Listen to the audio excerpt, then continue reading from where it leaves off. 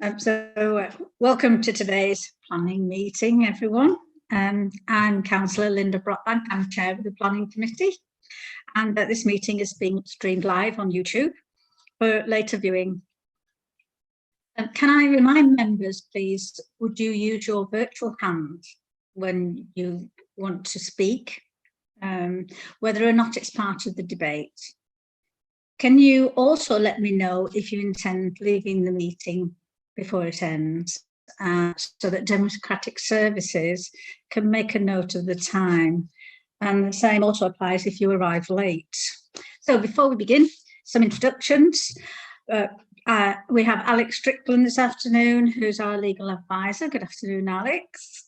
We have Neville Watson, who's our planning manager. Good afternoon, Neville.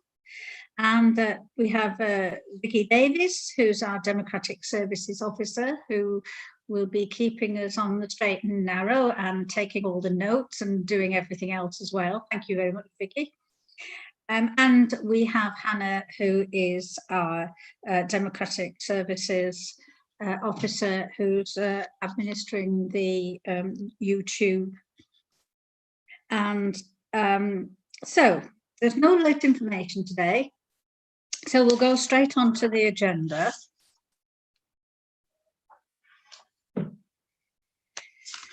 Vicky, would you like to take us through any apologies, please?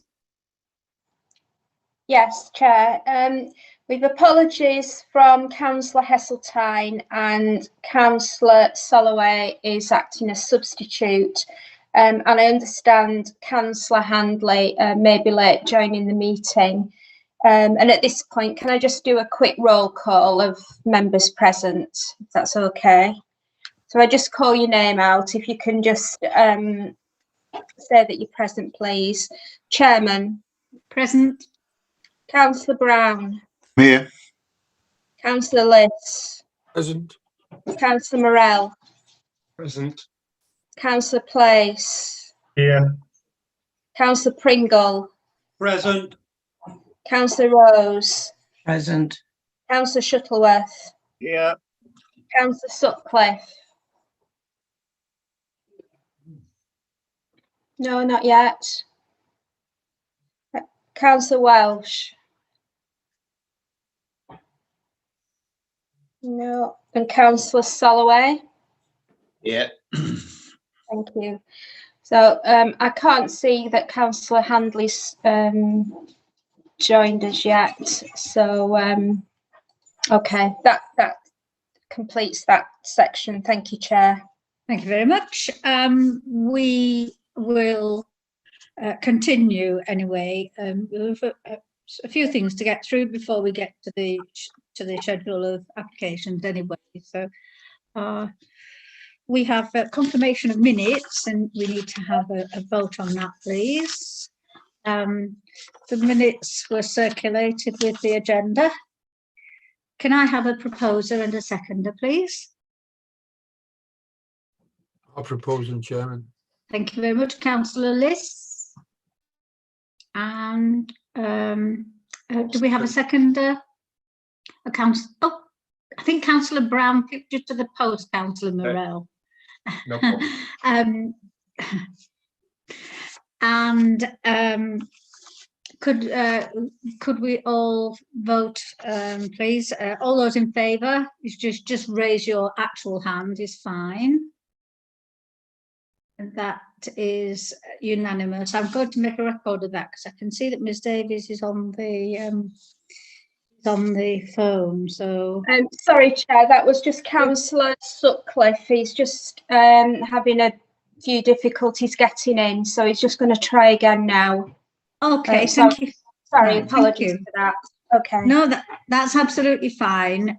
We've proposed by Councillor Liss. We just done the minutes of the last meeting, proposed by Councillor Liss, seconded by Councillor Brown, and everyone voted with their real hands, and it was unanimous.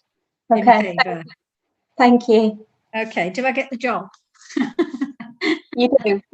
Yeah, I wouldn't want it. Okay, so moving on now to item 3, public participation. Do we have, Ms. Davies, any members of the public who are wishing to speak to us today? Not under item 3, Chair. Thank you. Okay, thank you. Declarations of interest. I'm going to go a little bit slower. Just note that if you have any declarations of interest, could you raise your virtual hand, please? I can see Councillor Brown is shaking his head. Councillor Pringle has raised his hand, his virtual hand.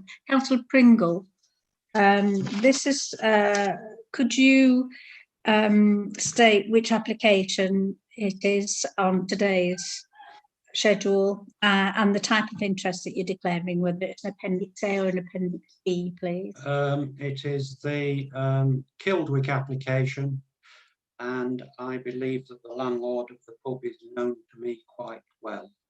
So I'm going to take responsibility, whether it's under A or B, I don't know.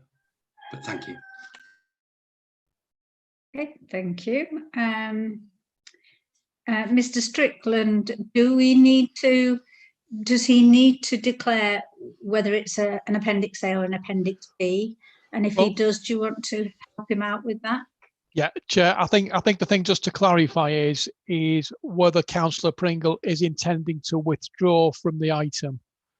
That's what we just need clarity on. Thank you, Chair. Thank you. Councillor Pringle? Yes, I shall take no part in the item. I haven't viewed the site. I have no interest in part of the item. Thank you very much. Thank you, Chair. Thank you. Thank you. So, Councillor Sutcliffe has joined us at 13:38. Good afternoon, Councillor Sutcliffe.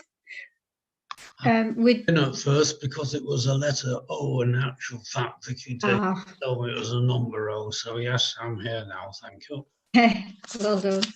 Okay, so we're just going through declarations of interest at the moment. Do you have any declarations of interest on any of the applications that we're discussing today? I don't have any declarations of interest, Chair, and I don't have any lobbying interest either. Thank you very much. So then that takes us to the next part of declarations, and that's declarations of lobbying. If you have had any lobbying, could you raise your virtual hand, please? Councillor Brown? I've had lobbying conversations on all 3. On all 3, and were they for or against the applications? Neutral on the first one, 4 on the first one, neutral on the second one, and against on the third one. Thank you very much. Ms. Davies, have you got that? Can I move on to the next one? Yes, I've got 4 on the first one, neutral on the second, and against on the third for Councillor Brown. Thank you. So, Councillor Brown, Councillor Pringle, I can see your hand, Councillor Shuttleworth. I'll come to you in a minute. Councillor Pringle? Yes, the first one, I've had lots of conversations as the ward councillor and planning committee member with lots of people, all for it. Okay, and the first one is Westcroft Cottage. That's the one you mean, Councillor Pringle.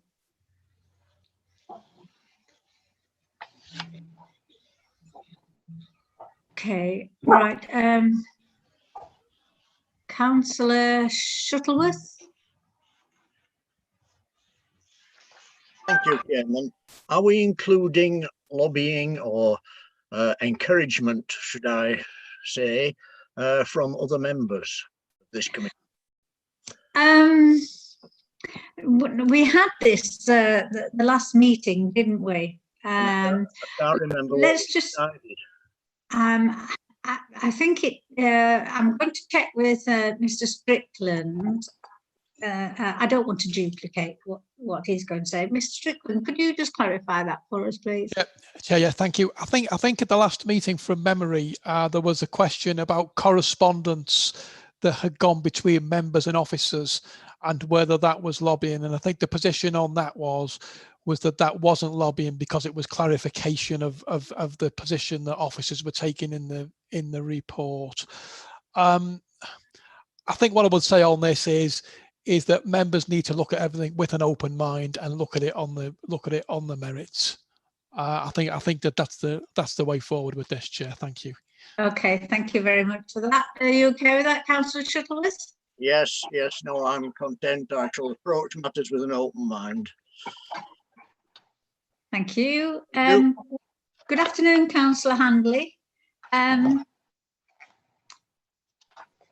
We're just dealing with declarations of interest and declarations of lobbying. Do you have any declarations? I don't have any as such. No. Thank you very much. You record me as present as well. Yes, Yes, yeah, I've got that, Councillor Handley. Thank you. Great. Okay. Right. No more hands showing. So let us move on to the schedule.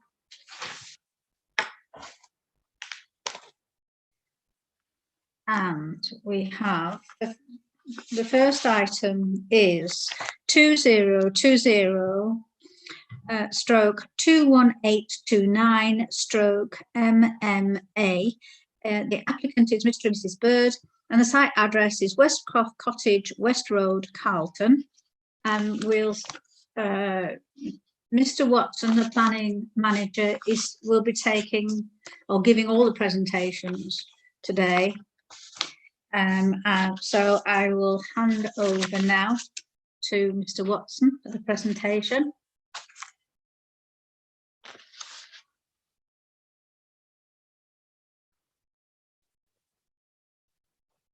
You're muted, Mr. Watson.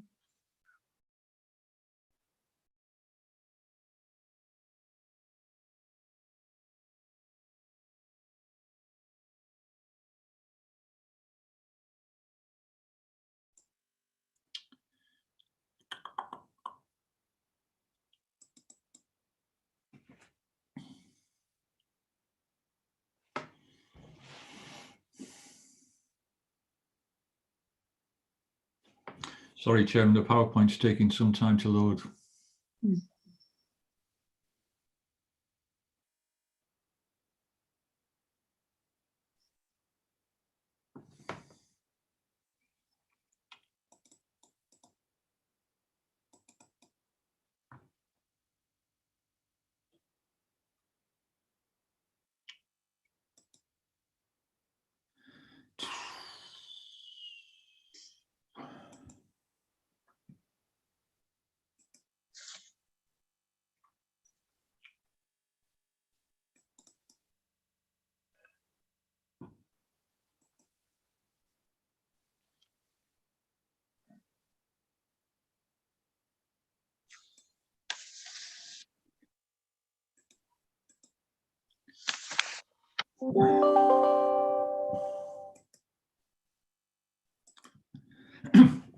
Hannah, can you help me out? I'm struggling to get this loaded, please.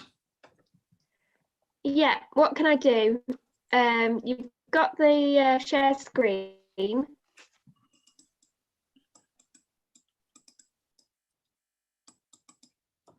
I've somehow lost Zoom as well now. Can you still hear me?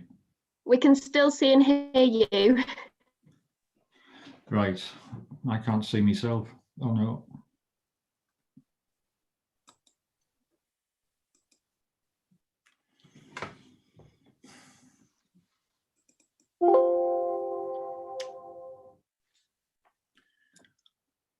I'm getting a message to say the last time I opened this PowerPoint, it caused a serious error. Do you still want to open it? I'll try.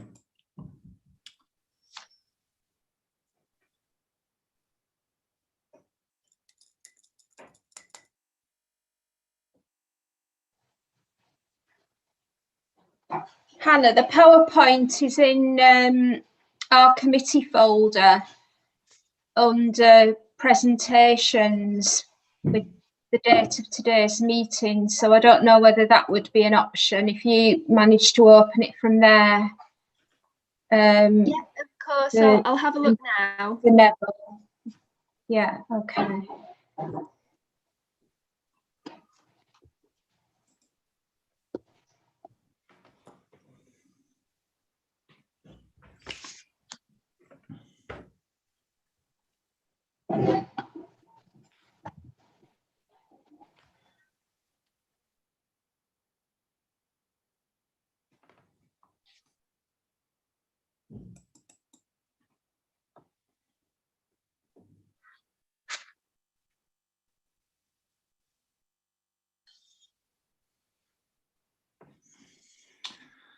Sorry about this, Chairman. We've obviously got some technical problems. Okay.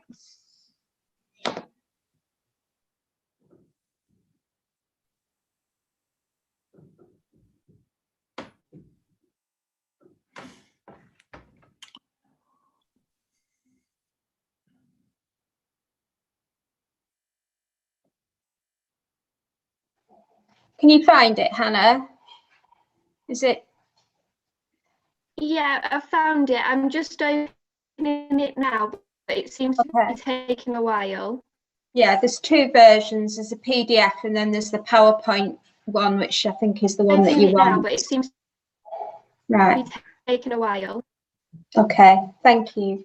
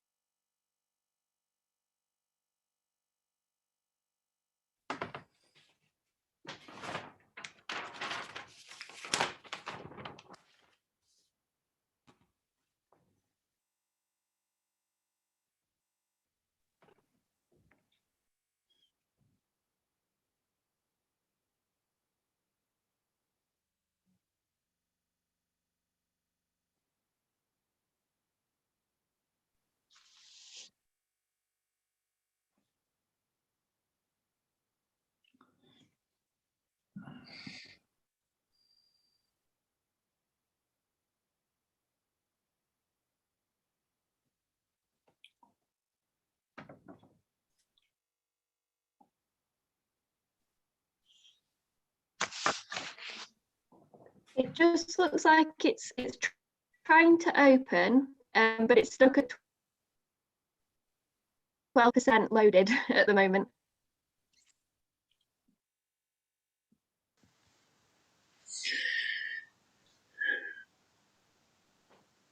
Would it have been an idea to give Vicky hosting rights and to do the Adobe version instead?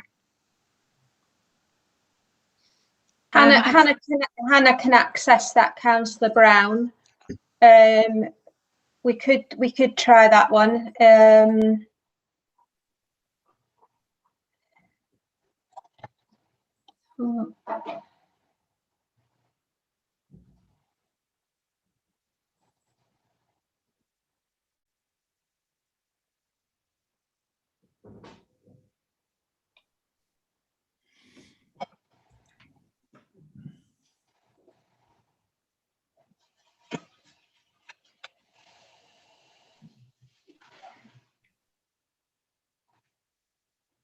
Right, I've managed to open it on the PDF. So if I share my screen, that should work.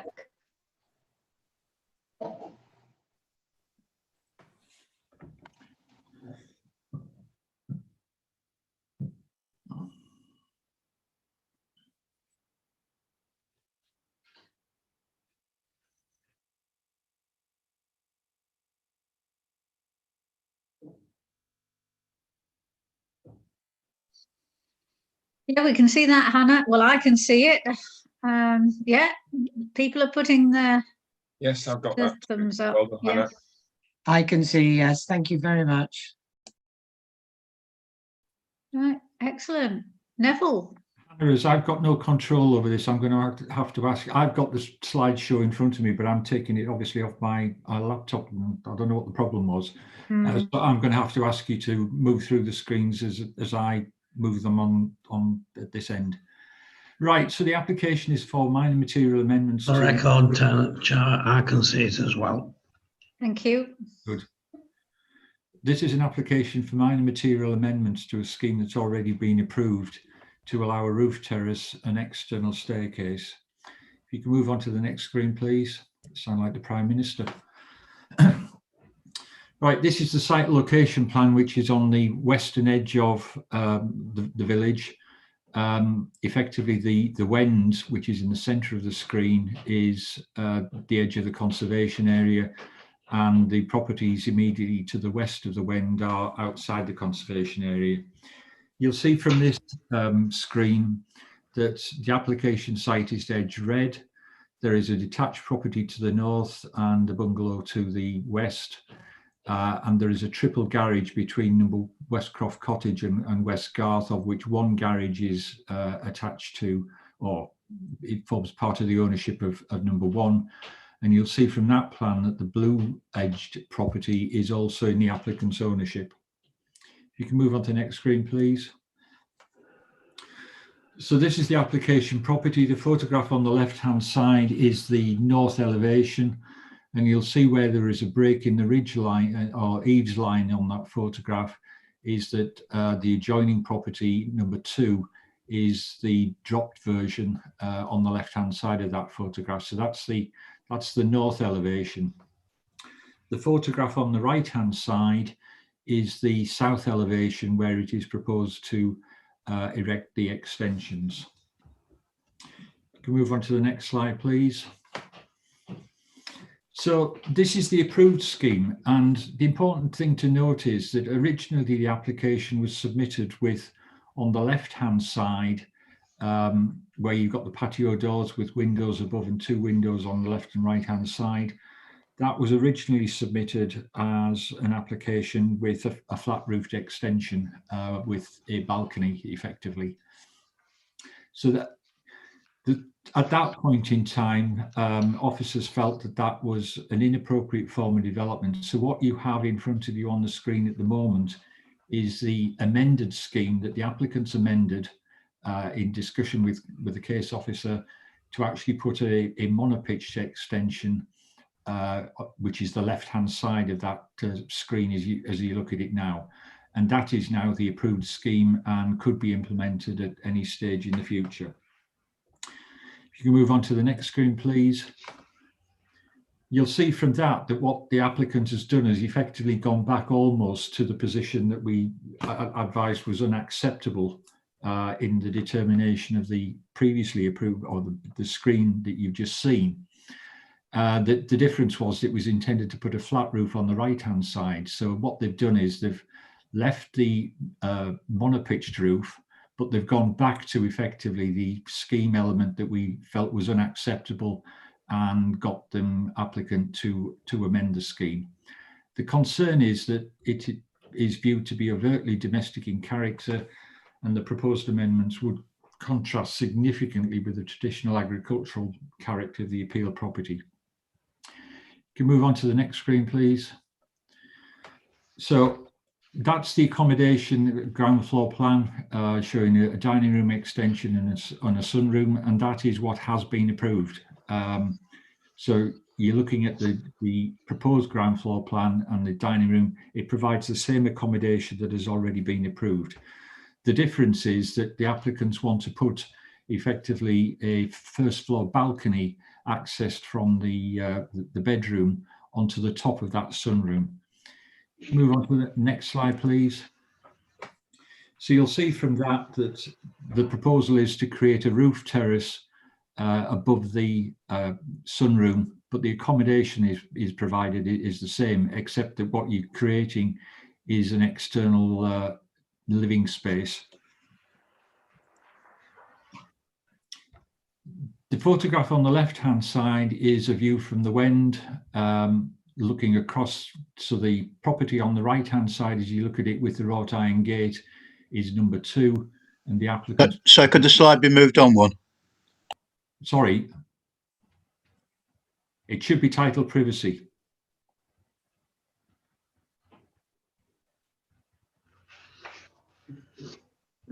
Yeah, that's okay now, Neville. We can see that. Thanks. So the photograph on the left-hand side is the number 2 is the property with the wrought iron gate and its private amenity space with the bird table and an external chairs.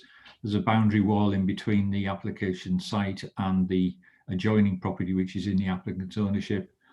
And the photograph on the right-hand side is a view effectively taken from the applicant's property, looking into the monopitched wall of the adjoining property at number 2. You can move it on one, please.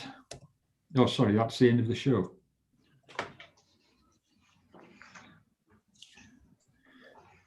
Chairman, the issue ultimately is that we have looked at the scheme and we reached a negotiated solution to approve something that we felt was acceptable, and that indeed now has planning permission. But what the applicant has submitted this application for is effectively to go back to the scheme that we deemed was unacceptable. Thank you very much. The recommendation before you is to refuse the application. Thank you. So now we're going to go on to the speakers. There's no one from the Parish Council who's wishing to speak. No objectors wishing to speak. We have the applicant's agent, Mr. J. Birtwistle, who has made a statement which will be read out by Democratic Service. So I'm just going to hand over to Ms. Davis. Are you reading this one out? Yes, I am, Chair. Thank you.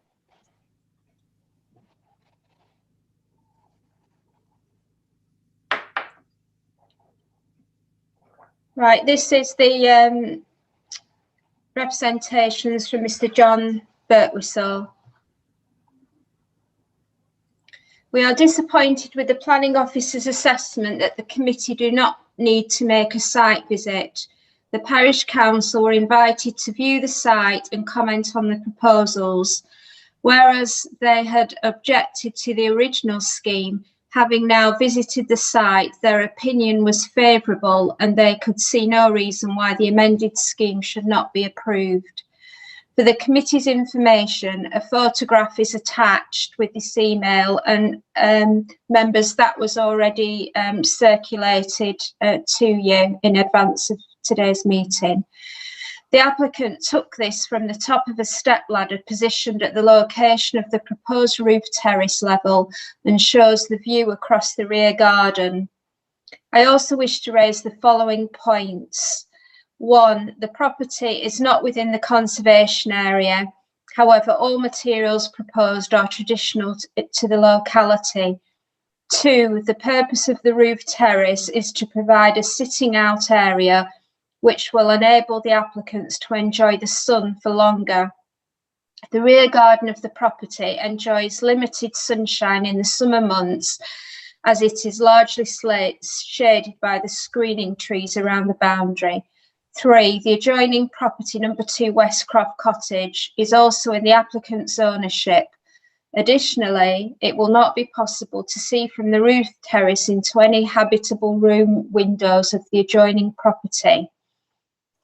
And they refer you to a floor plan which shows a worst case privacy scenario demonstrating that it isn't possible. 4, a letter of support has been submitted with the application from the owners of the adjacent property, West End House.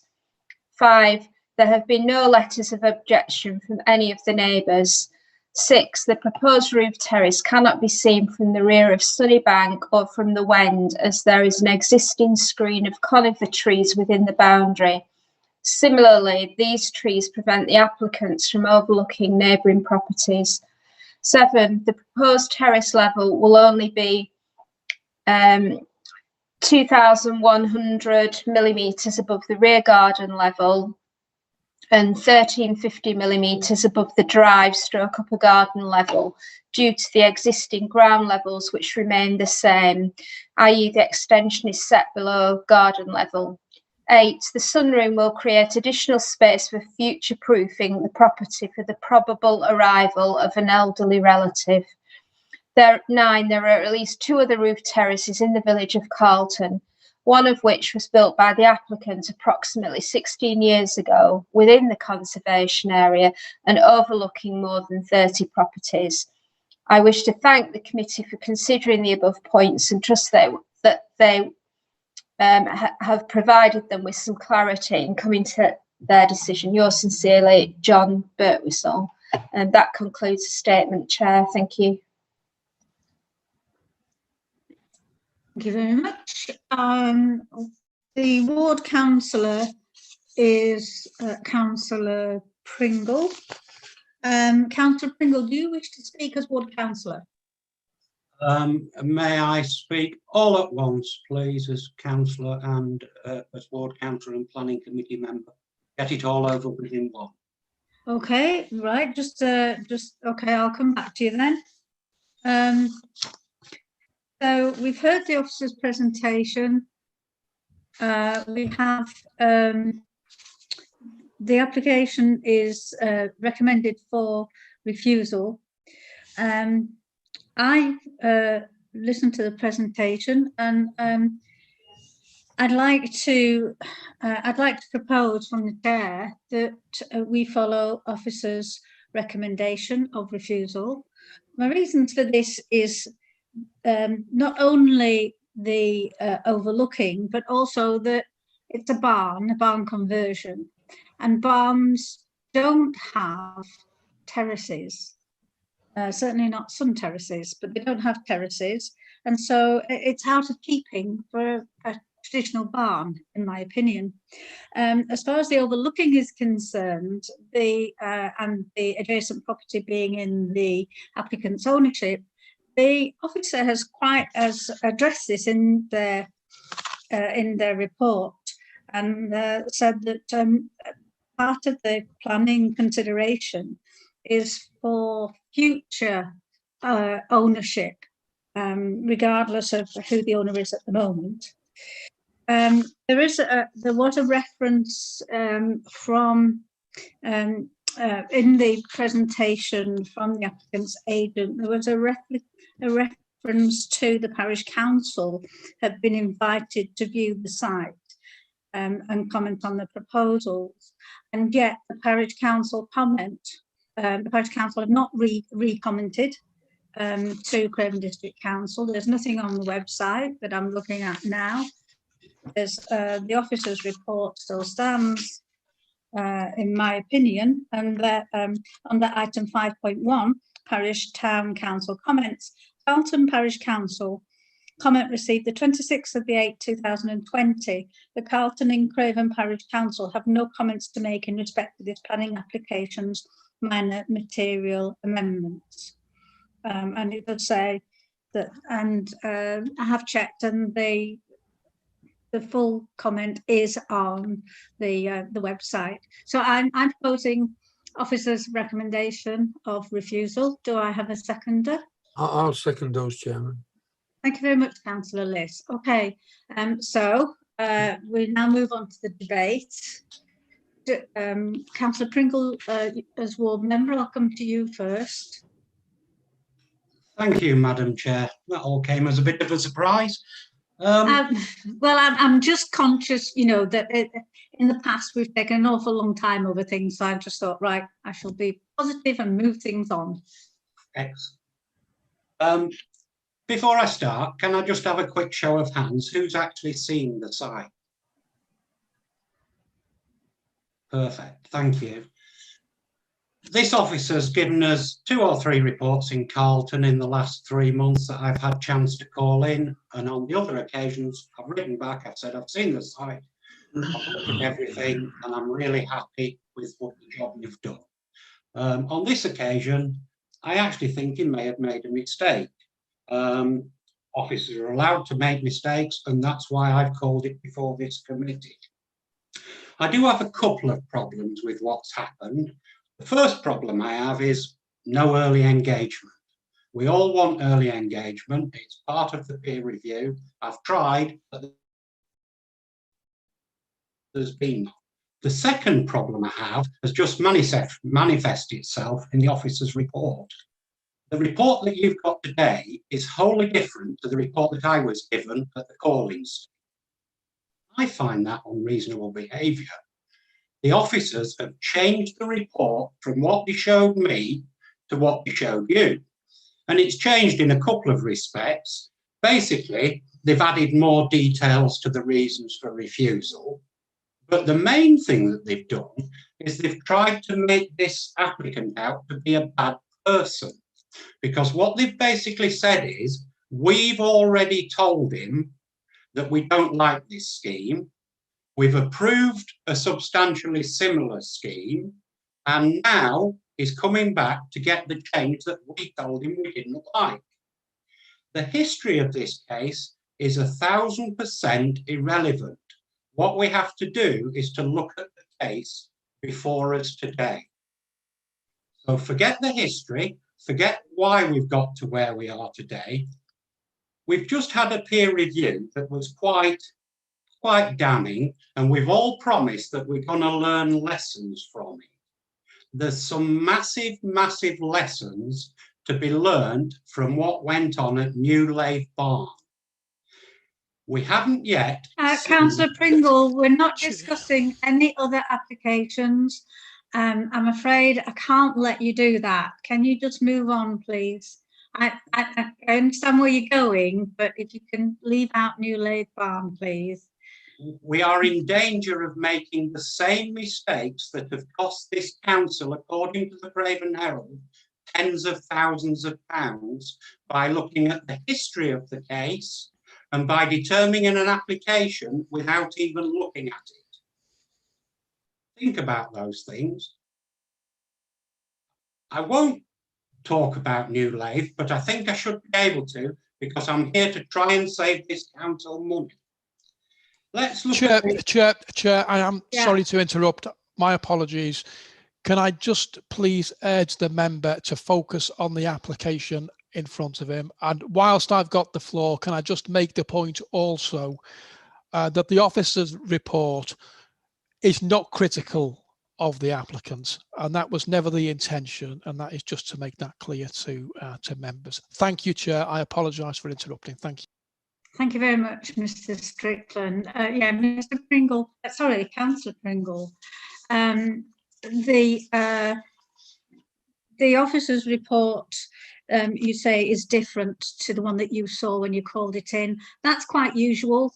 There's nothing untoward about that, nothing different. We all see a different report, or some changes in the report. Sometimes major changes, sometimes smaller changes from when it's from the report we've seen that we've called in. That's something that will be taken up and explained at a later date. So if you'd like to continue, please. So, all right, then let's focus on the main issues. We've got 3 reasons for refusals, and that is what an inspector will look at if this goes to appeal.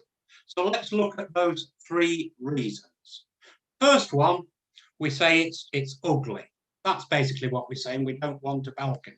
Now, there's an extant permission there to do most of this work. So it's just a question of the difference between the pitch roof and the balcony. That's all we're looking at in this case. Let's bear in mind, you can't see it from anywhere that's public. You literally cannot see it from anywhere that is public.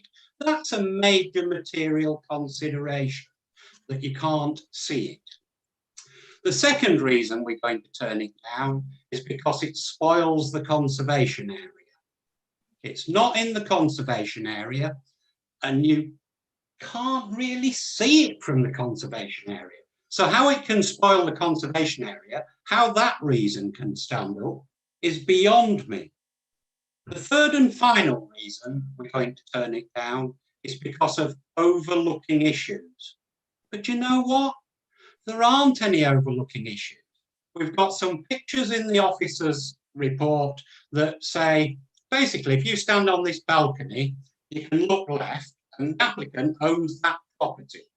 You can look right and there are no overlooking issues. We've seen pictures. The applicant has been up a step ladder and he's taken a picture. Can everyone confirm that they've seen that picture with the hedge in front of you? Has everyone seen the John Birtwhistle's, hands up if you've seen it, with the green hedge in front of you? So we've all seen that picture. That is the only way that this property can be overlooked when you see it. And there's a flipping great hedge there. And what our officer has said is, well, if the hedge wasn't there, there'd be an overlooking problem. Well, the hedge is there. And if it wasn't there, we could put a condition there to say it had to be there. I find it bizarre that there are no objections, that the parish council, having viewed the application, actually have absolutely no objections to it unanimously. We've got no objections. We've got a parish council that have seen it and say there's no problems. We've got other balconies in the village that are very similar. And here we are, we're going to turn it down and risk the costs of an appeal. I actually think that what we should be doing, and I would, if the first vote doesn't get through, I would formally like to propose that we pass this application and save the officers the time and hassle of an appeal, because I think we will lose the appeal and I think we'll lose the costs. We haven't viewed the site and we've been asked to judge it on its history. Thank you, Madam Chairman. Thank you, Councillor Pringle. I have Councillor, I'm not sure if it was Councillor Brown or Councillor Shuttleworth who had your hand up first. Whoever. Let Councillor Shuttleworth go first. Thank you, Councillor Brown. I was going to suggest Councillor Brown because he had his hand up far earlier than I did. But I mean, if you wish, can I continue? Please do, yes. Yep. Right, fine, yeah.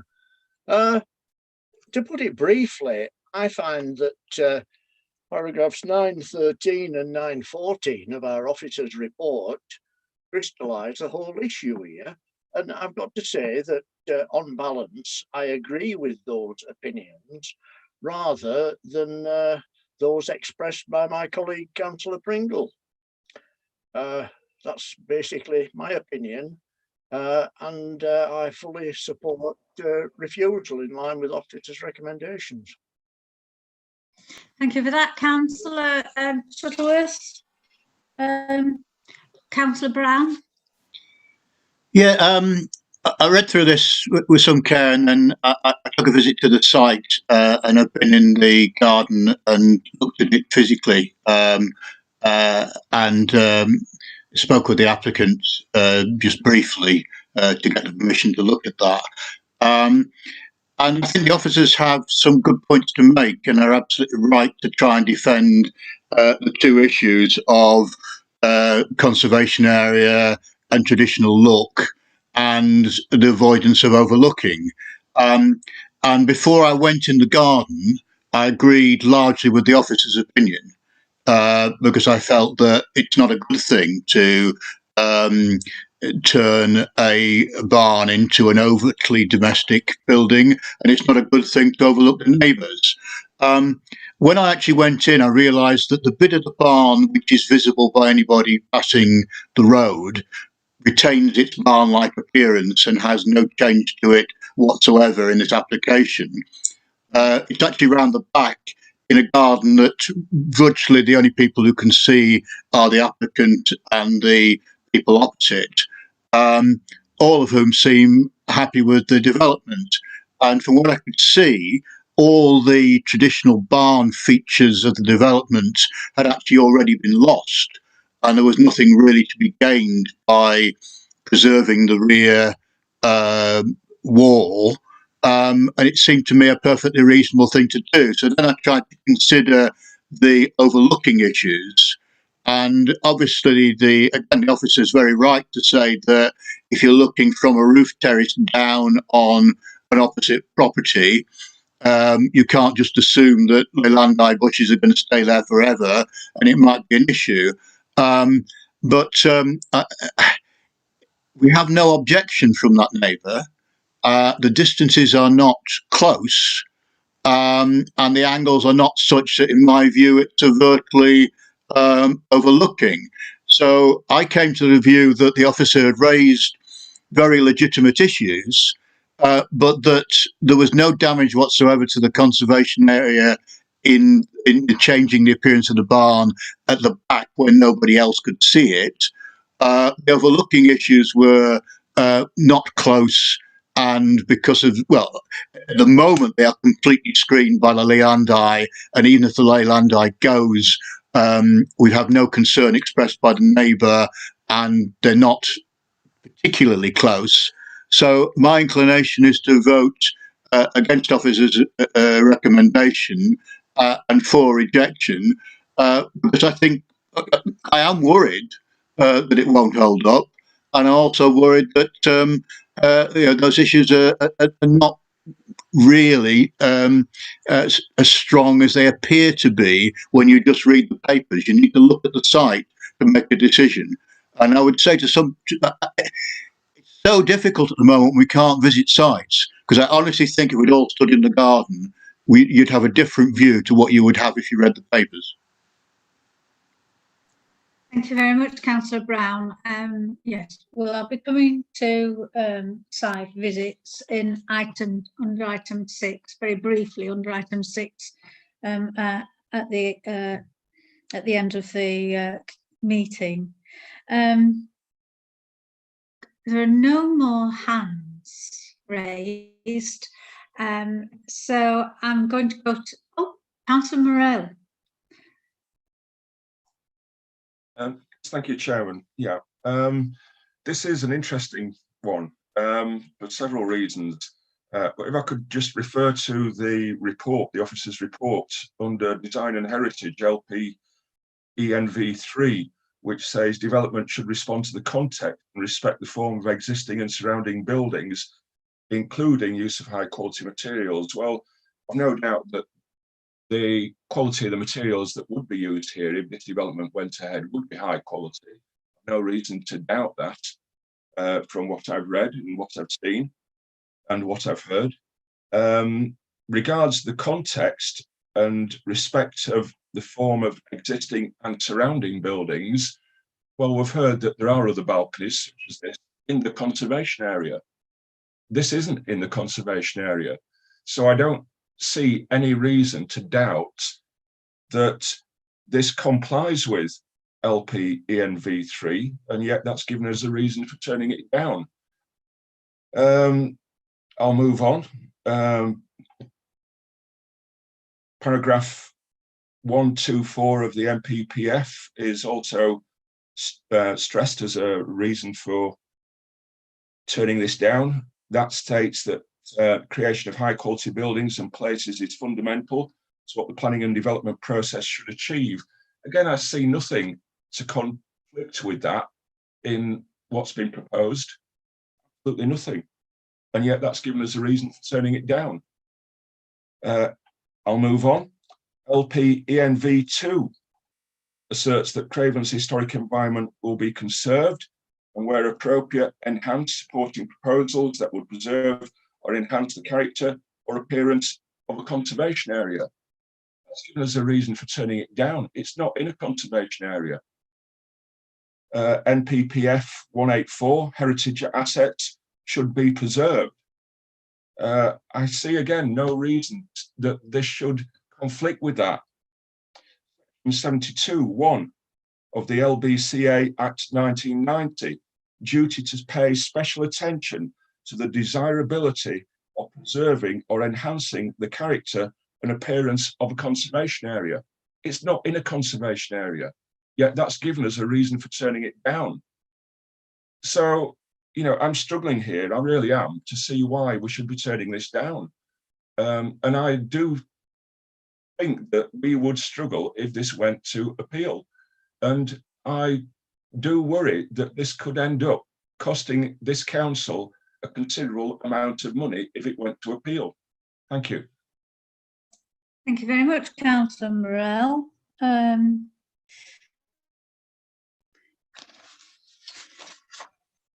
Can I just ask a question of Mr. Watson? There's been quite a bit of reference by councillors to the officer's report regarding the conservation area. As far as I understand, it's adjacent to a conservation area, and I think that is said somewhere in the report, adjacent to a conservation area. So at 1.2, the application site is located in impact risk zone and adjacent to the Carlton conservation area. Adjacent, are there any rules for how close it has to be to a conservation area? We've heard that it can't be seen from the conservation area. Could you just give us a little bit of something? Chairman, if I can come back on that one. Yes, I mean, it is a material consideration to consider sites that are immediately adjacent to a conservation area, and this is one of those cases. If I could just come back very briefly, Chairman, I don't want to delay this debate any longer, but I do need to respond to a couple of points that have been raised. The issue about overlooking is not simply can you stand on the balcony and look back into the adjoining house, which you already own, and that's not the issue. We've got to protect the long-term futures. The second element to it is that the private amenity space to number 2, the adjoining semi-detached element of it, if you are actually actively using a first floor outdoor space, i.e. the balcony, you're going to end up looking down into that garden. And it's for that issue that there is the point to be made. When the application was dealt with originally, before we negotiated an acceptable solution, there was concern from the residents in the terrace properties to the south about the fact that they were relying on a landai hedge to protect the view. Well, they've got short lives and could be removed at any stage in the future, because there's no way that we would be TPOing a landai hedge. So for those reasons, the 3 reasons for refusal, I believe, are defensible. And, you know, if the application is refused, the applicants will have a right to appeal. It's interesting to note that, if I've understood Councillor Pringle correctly, that one of the other balconies built in the conservation area was built by the applicant. So he's obviously a fan of first floor balconies. I've nothing further to add, Chairman. The recommendation before you is to refuse it, and that's the motion that's in front of members at the moment. Thank you. Thank you very much. Right, Councillor Soloway next, and then we'll go into the vote. Very quickly, Chairman. Councillor Esseltine rang me on Sunday and asked me to substitute on this committee. I did find the time to go and do a site visit to this site and one of the other ones on the agenda. So site visits, although we are restricted by them, they're not impossible. I'm just sort of looking at the picture, the impression on the presentation, and it doesn't really look like a barn to me. It actually looks like quite a lot of the houses that are proposed on modern planning applications. And when I went to actually have a look at it, it's a house, and it's, to me, I didn't see that I didn't see that there was an issue with overlooking. It's all the houses are facing away from each other in that area, and I did go a little bit further up the lane, and it was a little bit less deliberate up there. There's got a lot of old derelict cars lying about. We don't even get that in the ward, much in the ward I represent. So I'm minded to approve this application and vote against refusal, because it's a functional building, and like I say, the site visit was very, very useful. Thank you very much, Councillor Soloway. As I said, I'll come to site visits and item 6. So it's been proposed for officer's recommendation for refusal. It's been seconded. So can I ask then, please, all those who are for officer's recommendation of approval, please raise your hand. Oh no, sorry. Sorry, Chair. Yes, Can we do you're right, Ms Davies. Sorry. Right. All right. Can Thanks. Ms Davies, could you take the call for voting, please? Councillor I Pringle's will. got his hand up. I don't think he's voting for officer's recommendation. Can we have, Councillor Pringle? can we be clear what we're voting on, Linda? Because you just said completely the wrong thing. You have just said. Yeah. Kate will prove that you have just said that you want to approve. I don't think. Sorry, yeah. Yeah, Yes, Chair, just to lost the plot there. Chair, just to clarify, I think, and I appreciate the point. I think what we're going to go to the vote on is the officer recommendation to refuse. Right, Yeah, I said for refusal, Yeah. didn't I? Yeah. Right. So it's the officer recommendation to refuse that we're taking the To vote on refuse. first. Yeah. Okay. Yeah. Thank you, Chair. Thank you. And that's been proposed by you, Chair, and seconded by Councillor Liss. Yeah. So we'll take a vote on that basis that the vote is for officer recommendation, which is to refuse the application. So if you can say whether you're for, against, or you're abstaining, please. Chairman. I'm for refusal. Councillor Brown. Against refusal. Councillor Handley. For refusal. Councillor Liss. For refusal. Councillor Morell. Against. Councillor Place. For refusal. Councillor Pringle. Against refusal. Councillor Rose. Against refusal. Councillor Shuttleworth. For refusal. So sorry, Councillor Rose, are you voting for officer recommendation? Can I just go? No. You're not, so you're against that. And Councillor Shuttleworth, you're against the officer recommendation as well, yeah? No, I'm for the officer recommendation. You're for refusal. Okay, thanks. Councillor Sutcliffe. Councillor Sutcliffe, are you with us? Yes, for, thank you. So this is for refusal. Yes. You know, the officer recommendation, thank you. And we haven't got Councillor Wells. Councillor Soloway. Against. Thank you.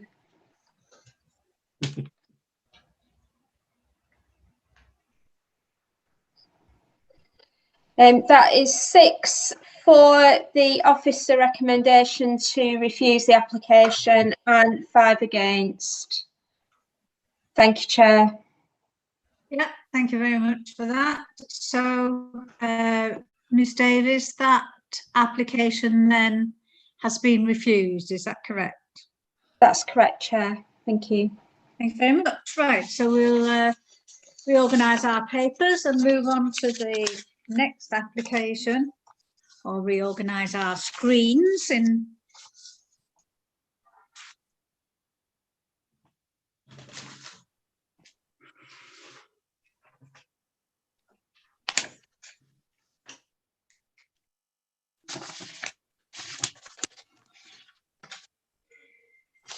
So the next application is 2020-21855/HH. The applicant is Mr. and Mrs. Bedford, and the site address is Raven Flat Barn, Belbusk. Mr. Watson will be giving the presentation again. Technicalities permitting. My sincere apologies. I'm really struggling getting my PowerPoint lifted onto this. Hannah, can we do the same thing for this one, please? Yeah, no problem. I'll just get the PDF up.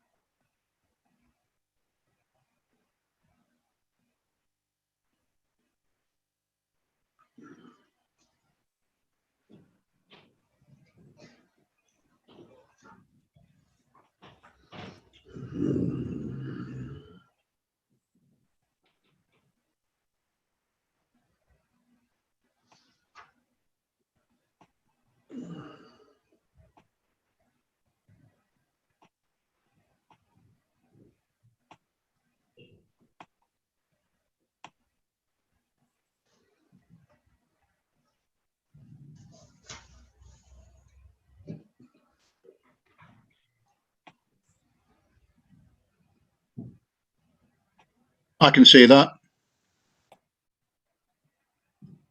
Yep, I can see. Thank you.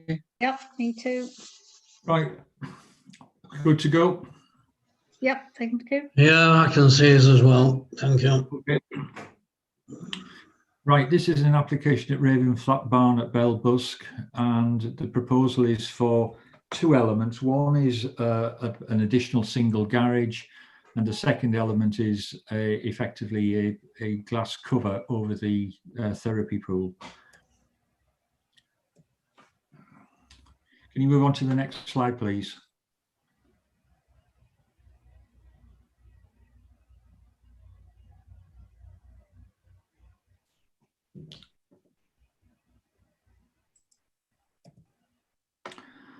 So the application site is in the middle of Belbusk Conservation Area. You have Raven Flats, which is on the western side of the application site, Edge Red, which is a listed building, and the application itself is to the rear of on the northern side of it. So what you have at the top of that red edge is the existing garage, and then the large square in the middle is effectively the barn conversion. And a garage would go between that square block at the top and the element below. And then there is a further provision for a cover over the therapy pool. If you can move on to the next slide, please. What you've got on that as a composite plan is the existing plans as existing, which is on the bottom half of the drawing, and the proposed plans on the top of the drawing. So yeah, could sorry, I haven't got the drawing. No, we're ahead of ourselves with the picture. We've got photographs here, level. Right, sorry. Right, so that's the screen that I'm talking to now. That's the existing and proposed plans.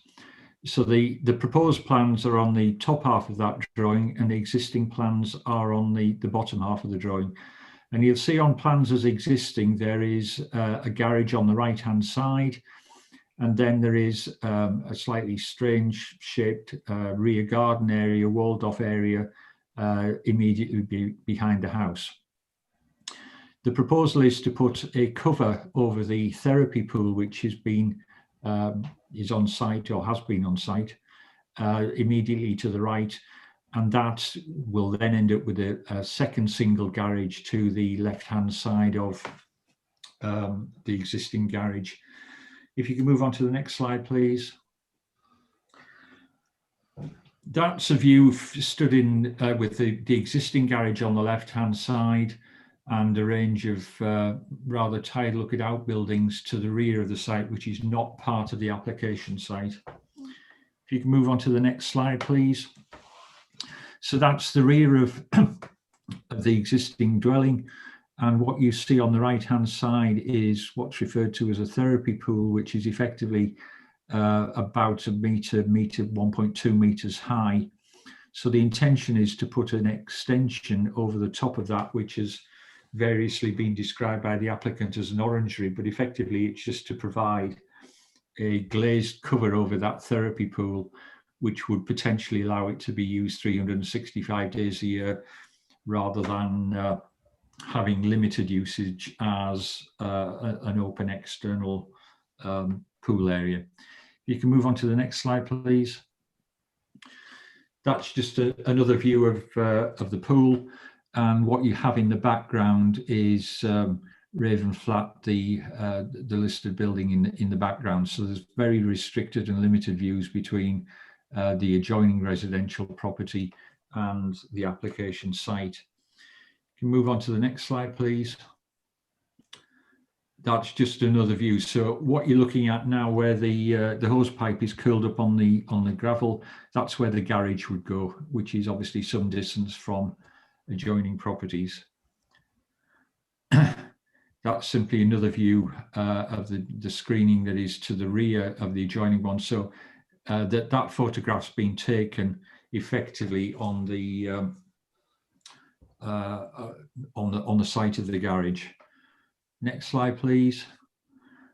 That's just a view that's taken slightly further back and a little bit wider. So the You can see the rear of the house, the therapy pool, and the space where the second garage would go. Move on. No, I think that is the end of the presentation. It is, Chairman. The recommendation before you is to approve the application. Thank you, Chairman. Thank you very much. Okay, so we have no one from the parish council who's asked to speak.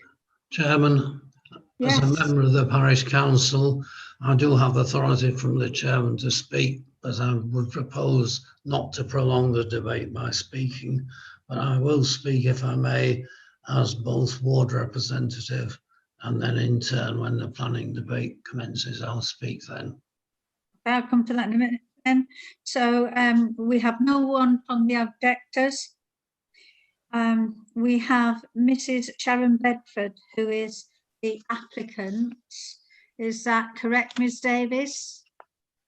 Yes, it is, Chair. She is in the meeting and she's going to make her own statement. Thank you. Okay, thank you very much. If you don't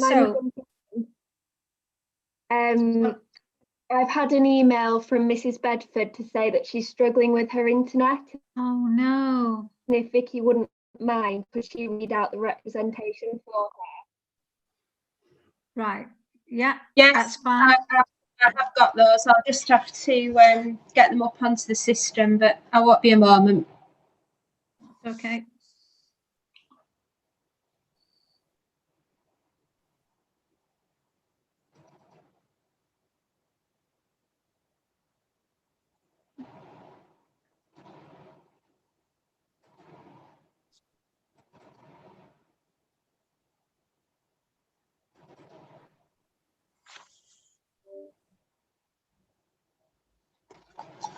It's okay if I read them out, Chair?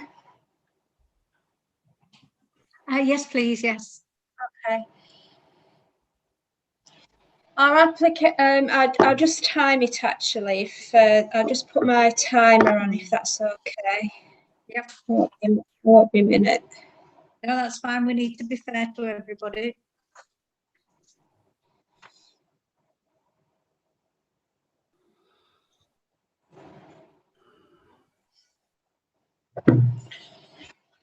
Our application was received on the 22nd of July 2020. The neighbourhood consultation expired on the 18th of September 2020, with a determination deadline of the 15th of October 2020. It is now 5 months since the council received our application. Whilst we were informed at the last planning committee that our application was pulled from the meeting, we were somewhat confused by the explanation. Having worked for many large organisations throughout my career, it is inevitable that a computer does not make mistakes. It is generally only the information entered into a computer which results in the information a computer generates. Why, therefore, can the council not have the decency to admit its mistakes on this occasion? We have been misinformed regarding our application, and the council have failed to adhere to planning policies and procedures throughout our application. We would like to explain that we converted Raven Flat Barn, and we are often praised by walkers and tourists on how tasteful we have made the conversion. During our initial development of the barn, the bridle track wasn't blocked by deliveries, and we envisage this will continue. The proposal is for a garage, and fundamentally the purpose of the garage is to accommodate a vehicle. Also, the application references the repositioning of the garden wall. Therefore, this would allow for an additional two car parking spaces outside the garages, and this would ensure that the bridle track remains clear. The pool stands alone and can be filtered off independently. Therefore, the water does not need to enter the beck. The orangery was designed so that there is a clear definition between old and new buildings. It often looks better to have a definition of materials rather than trying to make a building look seamless. Within Belbusk, you will find numerous UPVC conservatories. UPVC windows, which must have been approved by planning. Our application is designed to sit sympathetically between barn conversion and link the garage and orangery. We do hope that you are able to look at our application favourably and that we can continue with our proposal without any further delays. Kind regards, Mr. and Mrs. Bedford. And that concludes the statement, Chair. Thank you. Thank you very much. Okay, so I'm going to go to Mr. Watson before I come to the ward councillor. I want to say that I was very surprised at the allegation that the council had not come clean and that they tried to hide behind it was a computer error. I think if we look back, that we will find that Mr. Watson gave a full and frank report, and a reason for the withdrawal was because of the error of a person, not a computer error. And I think we need to perhaps feed that back to the applicant, just so that they are aware that was addressed. Mr. Watson, do you want to take up that? I can only I can only apologise to Mrs. Bedford if that message hadn't been conveyed. As I advised members previously, the issue was that we end up putting codes in for consultations, and it was coded as parish council, but then the human error, and genuine human error, was not done with any malice or otherwise. You then move into a code box which generates a letter. That's the computer process. And unfortunately, what happened was that it said we PC consultation, but then the letter code was incorrect, and it came out as external consultation, or was entered as external consultation. The problem with that was, and it wasn't discovered until we actually had this on the agenda last month, that didn't generate a consultation with the parish council. So we rectified that, and the parish council had up to the 3rd of December to make their representations, which indeed they have done.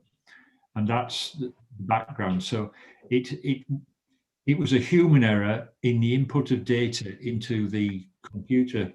As Mr. Bedford says, computers don't make mistakes. It's human error in the input.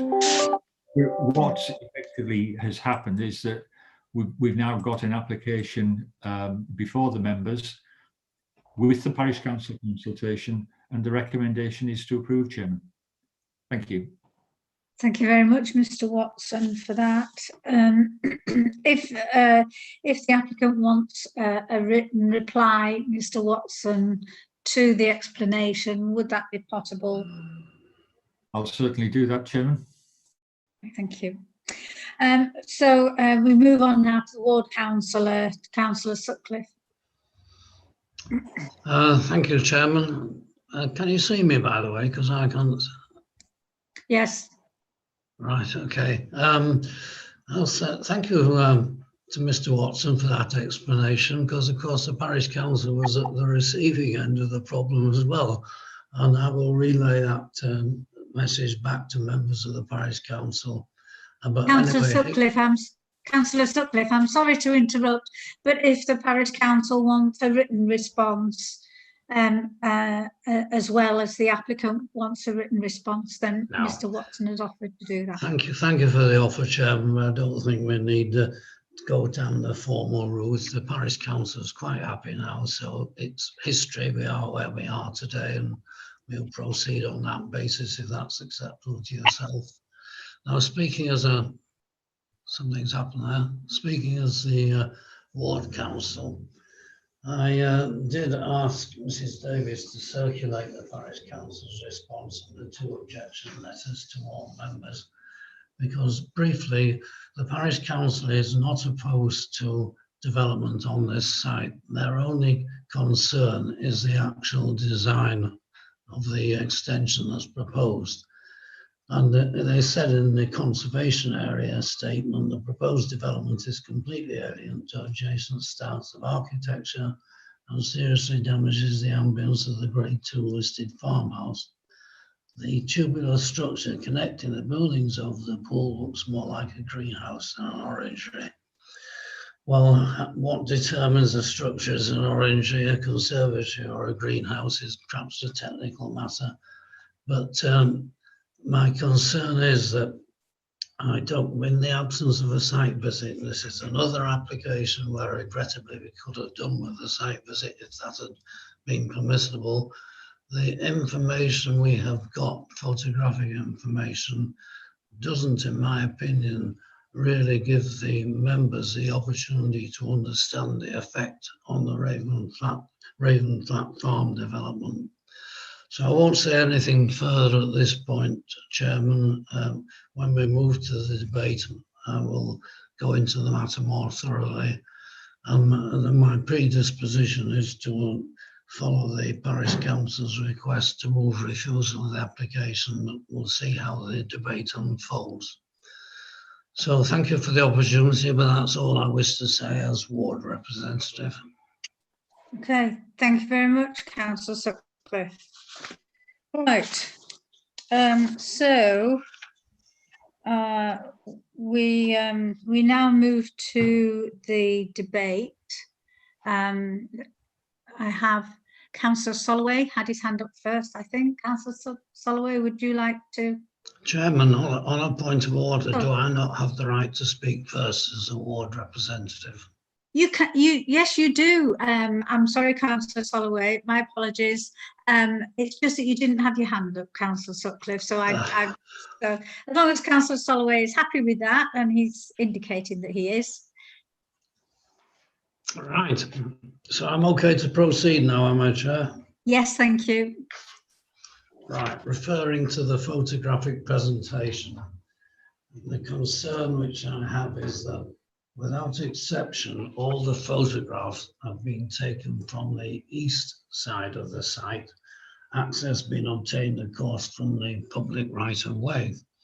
I can understand the reasons for doing that, but unfortunately, if you're going to assess the implications on the listed building, then you need to view the site from the listed building from the west side. And that, of course, is the basis of the owner of Raven Flat Farm's objection. We don't, in my opinion, have enough information for members to conclusively decide exactly what is the extent of that effect.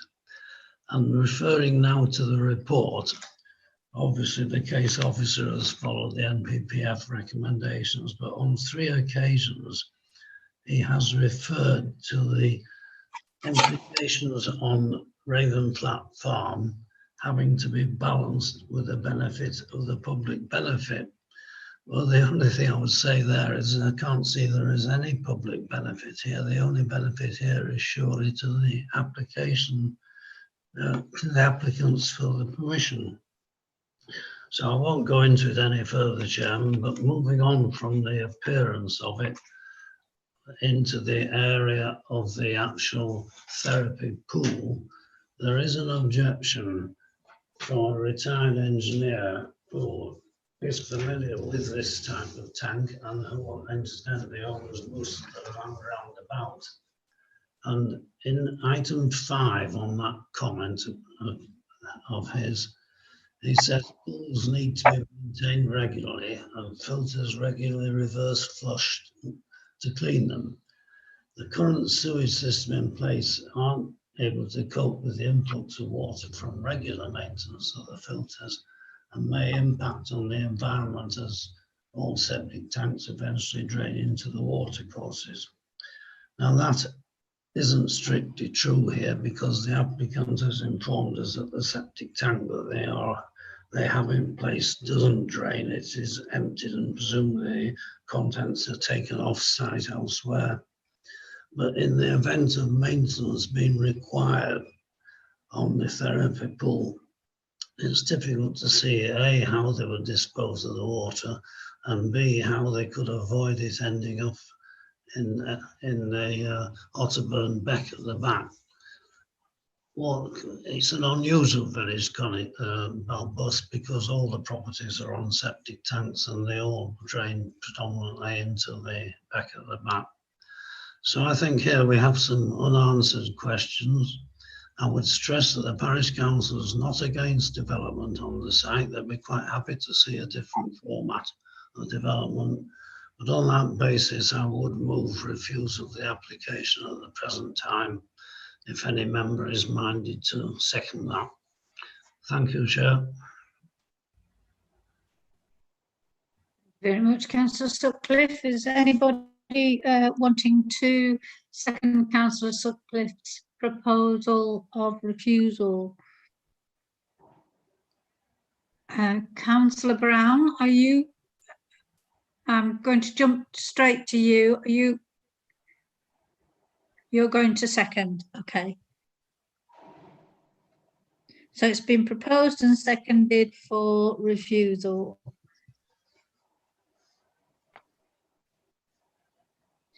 Right, okay, so we are now speaking to refusal. Is that correct, Ms Davis? Do you just want to check me out here? We're speaking, we've had it proposed. Yeah, you're just in the general debate now. And then obviously it's been proposed and seconded for refusal. So once the debate's finished, that vote will be taken first, and then we'll go back to the substantive. Recommending. Yeah. Okay. Thank you. That's correct. Right. Tell me if it's not, but I think that's what the way we need to do it. Yeah, he's nodding. Thank you. Okay. So, Councillor Soloway, you were first to have your hand up. Thank you, Chairman. I was talking earlier, we are going to have a debate about site visits, and I actually was thinking that I'd only actually visited 2 sites this morning, because I kind of took the advice of Norman Tebbit and got on my bike and rode around them.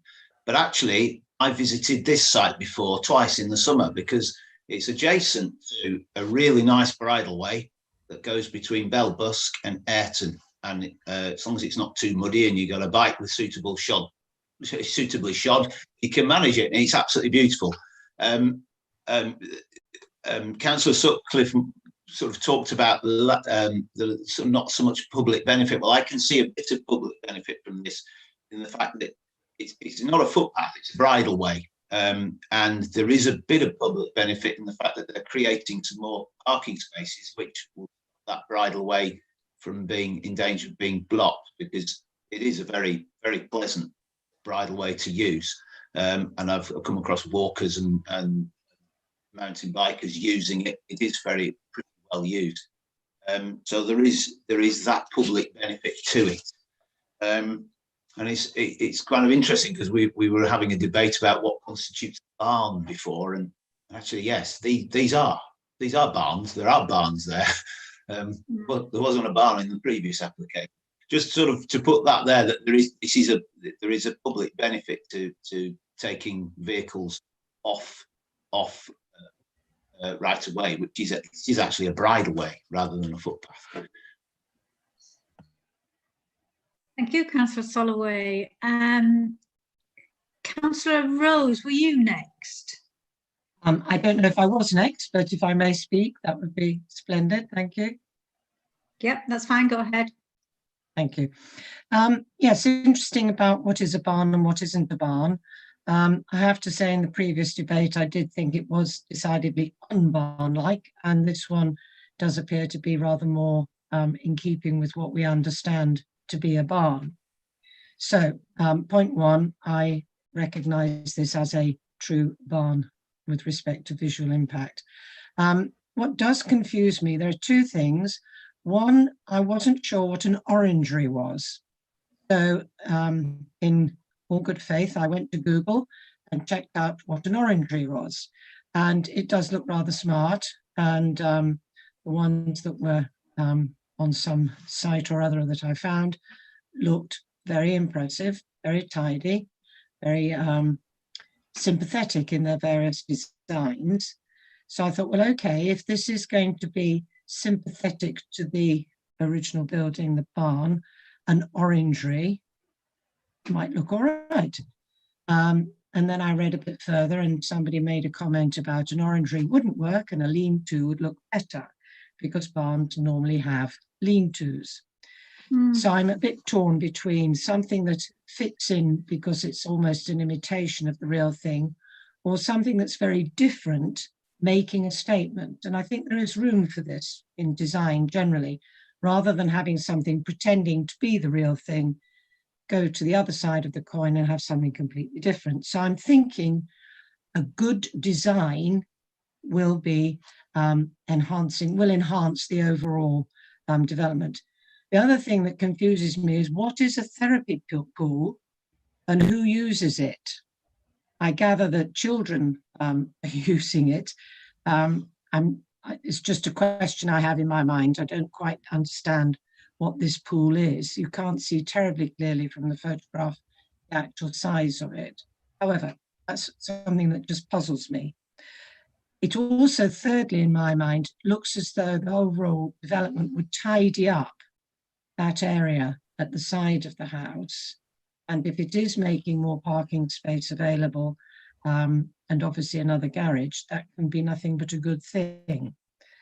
So my thoughts, if you like, on this whole application, I'm interested in the debate. And I think it sounds as if the drainage issue with respect to the pool has been taken care of. Parking looks to be pretty good. And if it's a good design, maybe it is really worth considering. But I'm happy, please, to hear the rest of the debate. Thank you, Chair. Thank you very much, Councillor Rose.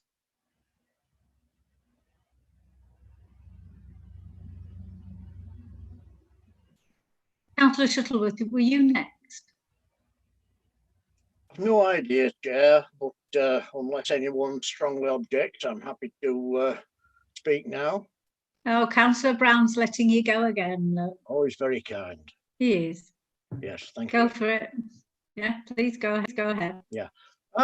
The first thing is, we've been getting very excited about this therapy pool, but from what I can gather, it's there already. So surely we can't be granting permission for something that, as I understand it, a pool of that nature doesn't require planning permission anyway. And if there is an issue about drainage from it, that's a matter for building regulations and conceivably one of the, shall we say, anti-pollution agencies deal with, rather than it being an issue under planning. Now, I'm willing to be corrected on that, but that's the way I see it. And I can see great sense in providing a cover over this pool so it can be used year round. We've been saying about it adversely affects the character, or it's been claimed that it adversely affects the character of the adjacent Grade 2 listed building. Obviously, without seeing the site from the grounds of that building, I don't think anybody can really make too much of a balanced opinion. And I've got to say that I was a bit disappointed that, unless I've read the plans wrongly, the drawings, that they'd planned to be a rendered blockwork wall facing onto that boundary with the adjacent building, which to me is really cheapskate, for want of a better expression, and we're not wanting to be rude to the applicant, but a wall of stonework matching the barn, I think would be much preferable, and possibly something that officers could negotiate, because otherwise I'm quite happy with the principle of the scheme. As a matter of personal opinion, I think a dark grey anthracite frame isn't really in keeping with the concept of an orangery or conservatory or even a greenhouse. But there again, I'm a traditionalist and I like to see white or natural wood imitation framework for a modern structure of that nature. But that's just a personal issue. But no, overall, I'm in favour, subject to suitable measures of construction, the nature of materials, so that they would better match the existing barn and the surrounding buildings in the area. Thank you, Councillor Shuttleworth. Mr. Watson, can I just come back to you then, please, to clarify a couple of things? I'll just put the light on, then it's easier. Getting a bit dark. Right. Oh gosh, that's better. So I'm not able to even guess what the debate is going to come out of this, but there's a couple of elements that strike me, and it may be that this committee is going to be divided about a contemporary extension to a traditional building and something that looks, as Councillor Rose put, that looks like an extension that really isn't an extension. So that's a judgment for members. They do have to consider the public benefit, and the public benefit, you know, as Councillor Soloway made the point, you know, could result in less conflict on the bridleway, so that there is a public benefit in that. And ultimately, at the end of the day, members have got to make a decision. Do they think that this is an appropriate extension to a property in a conservation area? And that's a judgment for members to make. If there's anything else I can assist with, Chairman, I will do. Can I ask you about Councillor Shuttleworth's suggestion about can officers, if provided the rest of the committee agree, about the rendered wall, and Councillor Shuttleworth had concerns that it would look a lot better if it were stonework. Is there any possibility there that officers could perhaps negotiate a better finish of that rendered wall? I would be a little reluctant to go down that route. I think members have got to consider the scheme that is in front of them, because I think we would be overstretching the mark to say, come up with an element of notwithstanding the submitted details, the western wall shall be constructed in stone, because you still, if the debate, if you've understood it, is to look at the impact. If members don't like the scheme that's in front of them with the rendered wall, I think you should take that into account and make that decision. So I understand where Councillor Shuttleworth's coming from in terms of trying to move this forward, but I think it may be fraught with other issues that may be stretching it.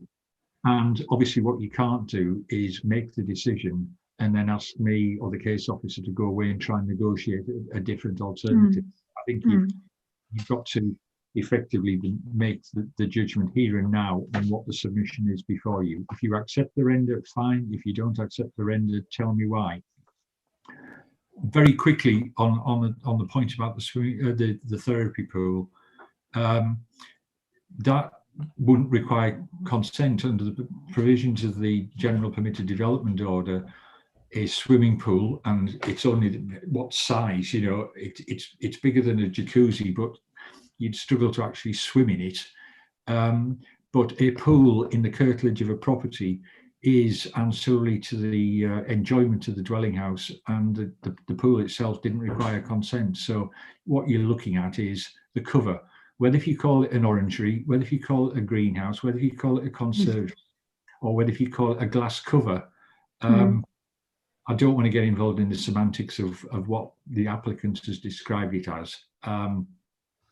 Conventionally, I wouldn't have said that this was an orangery, because orangeries usually have substantial, well, this has a solid rear wall, but orangeries usually have a south-facing wall that's painted white on the inside to reflect the sun from the glazing on the front of it. But let's not get too wound up on that front. Okay, thank you for that. Can I just ask a question about the bridle way? That it's a bridle way is a public right of way, as far as I'm aware, you're not allowed, landowners are not allowed to put anything in the way of a public right of way. It's an offence. Is that correct, Mr. Watson? Yeah, I mean, a bridle way is no different to a public footpath, and if you create an obstruction on that public footpath, that isn't something that we can condone. My understanding of it is, and I haven't got a plan that actually identifies available to me at this stage, but this is not building over the public right of way. It just is shuffling car parking spaces around, which would potentially stop any obstruction by vehicles parking on the bridleway. So there's some benefit to that. So it wouldn't stop access for horses and a horse and a trap, or a horse and small carriage. It wouldn't stop access to the bridleway for its original usage. Not as far as I'm aware. You'll see at paragraph 6.1 of the report that we did consult the County Highway County Council, Public Rights of Way. They had no objection, subject to the right of way being unimpeded. So that's something that, you know, if you do go for an approval and it isn't already taken on board, we could certainly put an informative on that that there shall be no obstruction of the right of way. Yeah. Okay. Well, if it does come to that, I'd like to see that. Okay, I think we've addressed most of the things that have been raised at the moment. Just to say that I know it's referred to as a therapy pool. Listening to some councillors, there appears to be some doubt about that, but I think we need to take this in good faith, what the applicant is saying. Councillor Brown, you're next. Yeah, consistency, I think, is quite an important issue this afternoon. You know, we've just turned down an application because of overtly domestic appearance interfering with a barn. My first concern here, well, my concerns here are primarily around overtly domestic associated with a barn. This one is different to the last one in interesting ways. Firstly, it's close to a listed building. The last one wasn't, and we turned it down. This one is in a conservation area. The last one wasn't, and we turned it down. This one is adjacent to a public footpath, so is viewed regularly. The last one wasn't, and we turned it down. I've walked this footpath about 10 times, so I know, in recent times, so I know this route extremely well. There's no issues about either gain or loss about blocking off the footpath. That's just not going to happen. But it is extremely visible from a public footpath, and extremely visible for up to 5 miles, I would say. You've got a very good view from the hills of what happens on this site, and it's in the context of some interesting buildings of a fine conservation nature. And the overtly domestic appearance, well, an orangery and a barn, you know, seems to me to be contrast. Now, okay, the orangery is a word, and there's quite clearly no orange is going to be raised in this building. It's effectively a small extension of the pool area, and so we're actually looking at a pleasant addition to the domestic agent, but it's an overtly domestic use, no question about that. And we turned the last one down for being overtly domestic. Fifth point I want to make is the parish knows far more about this site than I do. And the parish has objected on and believes that a development would be fine, but this particular development isn't. And I'm inclined to listen to the parish, who will have spent many hours thinking about it, debating it, knowing their area, and don't like it. I think that's a significant factor for us that we really need to take into consideration. I've then got some concerns about septic tanks and some of the statements. 9.24, any flooding will be at its shallowest here, which is true, but any flooding that goes into a septic tank is going to release chemicals as well as rather unpleasant other substances, and I'm not sure that's what I want in going into Otterburn Beck, a place where I've personally watched otters playing. Finally, the conclusion I came to is that if I could, what I'd love to do would be approve the garage and turn down the overtly domestic addition in a clashing of styles. But since I think I might not be allowed to do that, I was quite happy to second Councillor Sutcliffe's recommendation of refusal. Thank you very much, Councillor Brown. I've just put forward my thoughts about this, and that is, if you don't mind, Councillor Pringle, come to you in a minute. As far as I can see, the barn was part of the house. Is it Raven Flat House, was it called? Sorry, formerly part of Raven Flat Farm, which is a grade 2 listed building. As far as I'm concerned, the barn is an ancillary building to that listed building. As is a greenhouse would also be an ancillary building to a rather nice large house farm. So the barn and the cover for the therapy pool, I think, is not a problem as far as being part of a listed. It's not within the curtilage, but adjacent to a well-defined house. And also, my feeling is that these are ancillary buildings, and that the greenhouse and the garages, they're not actually affecting the barn itself as far as consistency is concerned. The previous, not that I want to keep referring, but the previous application we had, that was actually fitting something onto the barn and changing the basic structure and look of the barn. This isn't. These are just ancillary buildings. So on to Councillor Pringle. I think you were for Councillor Burrell. Thank you, Madam Chair. Very quickly, I've been to see the site. You can see it from the road. I didn't really have a problem with it, but I listened to all the councillors with respect. Councillor Brown has persuaded me that I probably will abstain in the first vote and hope there's a second vote. But there is a key lesson here for all of us. We are lucky people sitting on this planning committee making judgments about things that affect people's lives drastically. And whether we've done it or not for the last 20 years, we should be doing site visits. Site visits change your mind.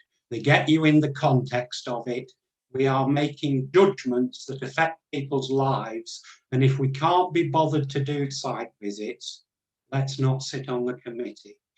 You can go and see any site you want to. You can just about see enough of this from the road. We are not doing this planning application justice sat here today when we haven't all seen it. And I say that from the applicant's point of view and from the objector's point of view. We really, really do need site visits. So I'll probably abstain in the first vote and see how it all goes. But site visits again. Okay, thank you very much. As I said, I'll be coming to site visits briefly in item 6. Can I just check with Councillor Welsh, please? Councillor Welsh, you joined us rather late, but there are a couple of things that I need to check with you. If you are intending to vote on this application, have you heard the officer's presentation and all of the debate? I'm sorry for later hour, Madam Chairman. No, I will not be voting on it at all. I joined it too late in the day, so no, I shall not be doing. Thank you. Okay, thank you. And do you have any declarations to make? I presume you'll be voting on the last application, which is the White Lion Hotel. do you have any declaration you want to make with regard to that application? No, Madam Chairman, none at all. Thank you. Right, Councillor Morell. Thank you, Chairman. Yeah, just to pick up on a point raised by Councillor Brown, consistency is something that, you know, I'm really concerned about at the moment in the debate that we've had on the previous application and this application. I take your point that, you know, the previous one was a structural alteration to an existing premise, whereas this is an extension. Now, you know, I don't want to really get into a debate about the difference between the two, but an extension of whatever nature is something that's requiring planning permission here. So it is planning law that we need to apply to this, and planning law that we need to consider, whether it be an orangery, an extension, conservatory, whatever.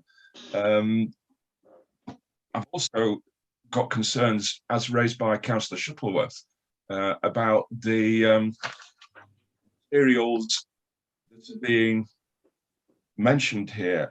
I was quite surprised, really, that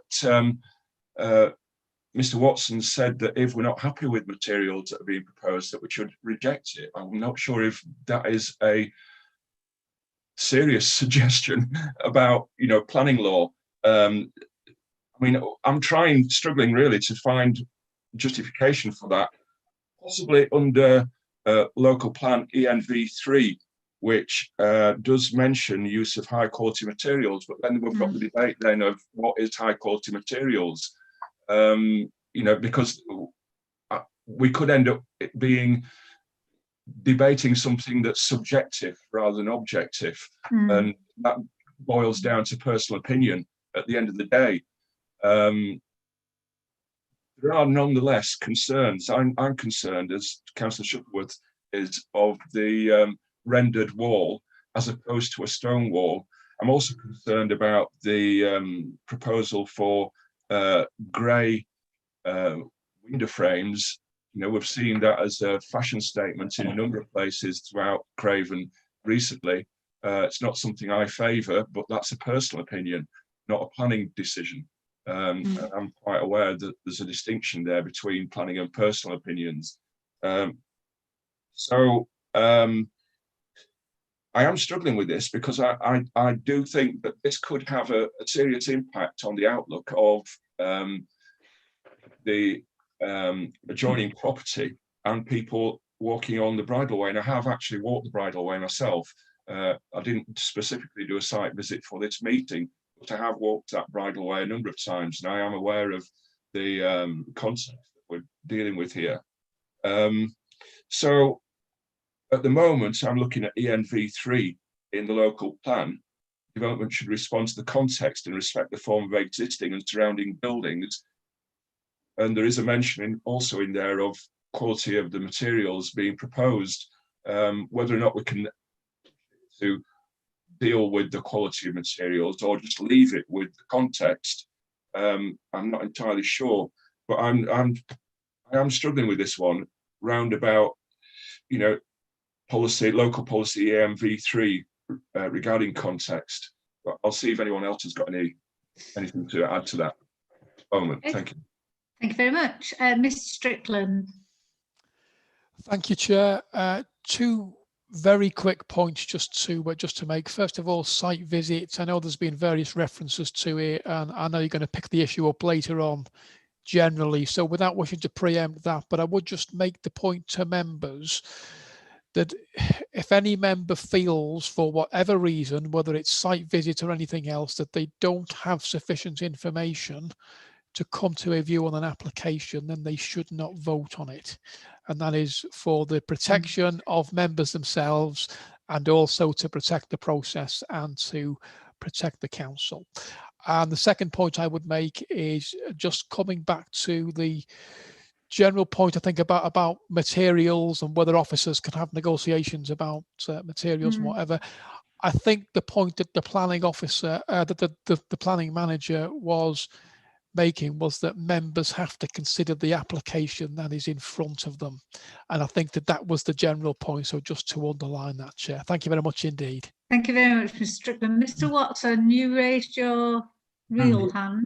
Sorry, I may have misled committee in terms of taking render, because the applicant has actually amended the scheme to include stone on that rear wall. So apologies for that. Thank you for that. Next is Councillor Sutcliffe. Yeah, Councillor Sutcliffe.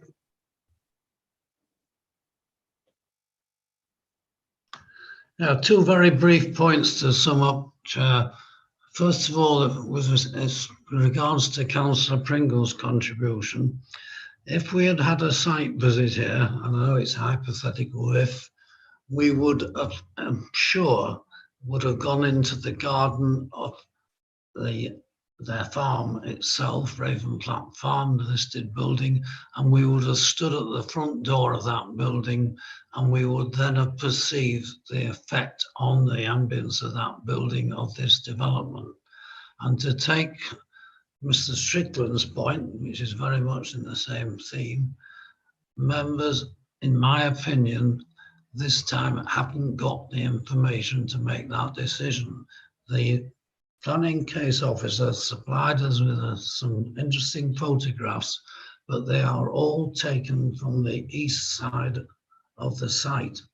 There is no photograph from the west side giving the view which the committee would have had if we'd had a site visit.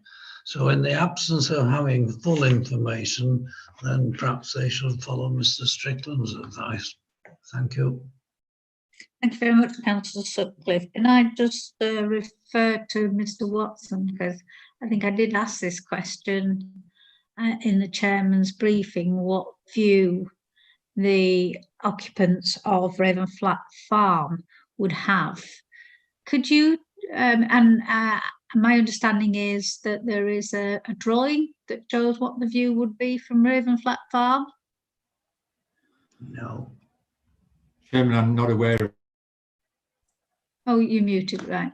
Okay, so, oh, right, that's all right then. That's me that is wishful thinking, perhaps. Well, so there is a plan which actually shows the west elevation. And that's right, that's the one I was thinking of. Oh, sorry, Councillor, sorry, Chairman. Yes, there is a plan that shows the west elevation, so we haven't got missing information. It's just that there isn't a photograph taken, because you'd be going onto private land to take that photograph backwards in that direction, which is why the photos are being taken from where they are. Is it possible to see that elevation just to refresh people's memory, or is that technically a little bit out of our reach at the moment? I haven't personally viewed it, and I don't believe that there are any photographic views of the site from the neighbour's property. The issue really is that the property is tight onto the site boundary. Effectively, once you get to the site boundary, you're into someone else's land. Okay. Right, I'm just looking at the elevations on the website, and pulled me out.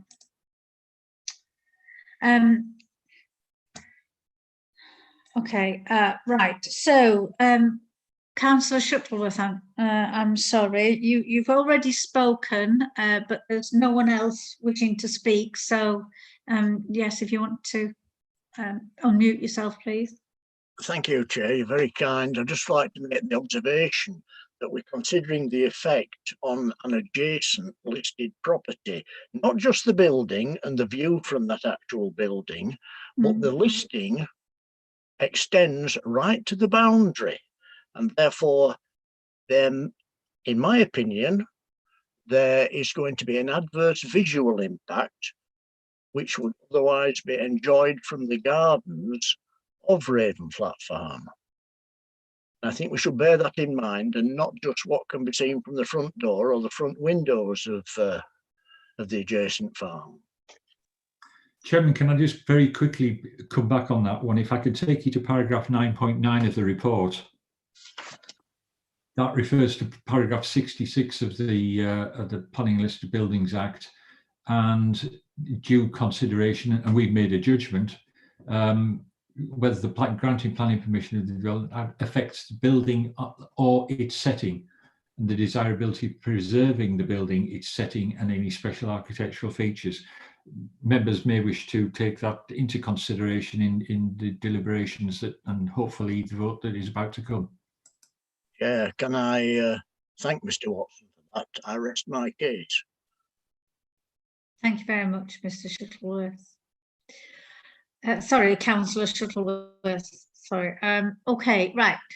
So we're going to go to the vote. It has been proposed by Councillor Sutcliffe, refusal, which is against officer's recommendation, and seconded by Councillor Brown. So, Ms. Davis, would you like to take us through the voting, please? Chair, just before we do that, can we just be clear on what the reasons are for refusal, the proposed reasons that members are looking at? Thank you. Yes, thank you. I'm sorry about that. Miss Davis, what do you have anything down, or do you want something from Councillor Sutcliffe? I think if we ask Councillor Sutcliffe,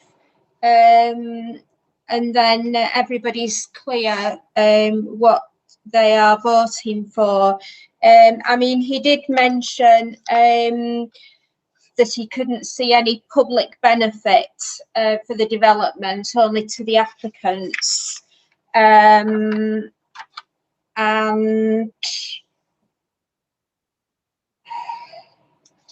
okay, well, right, okay, well, I'll go to Councillor Sutcliffe. Yeah, there's something.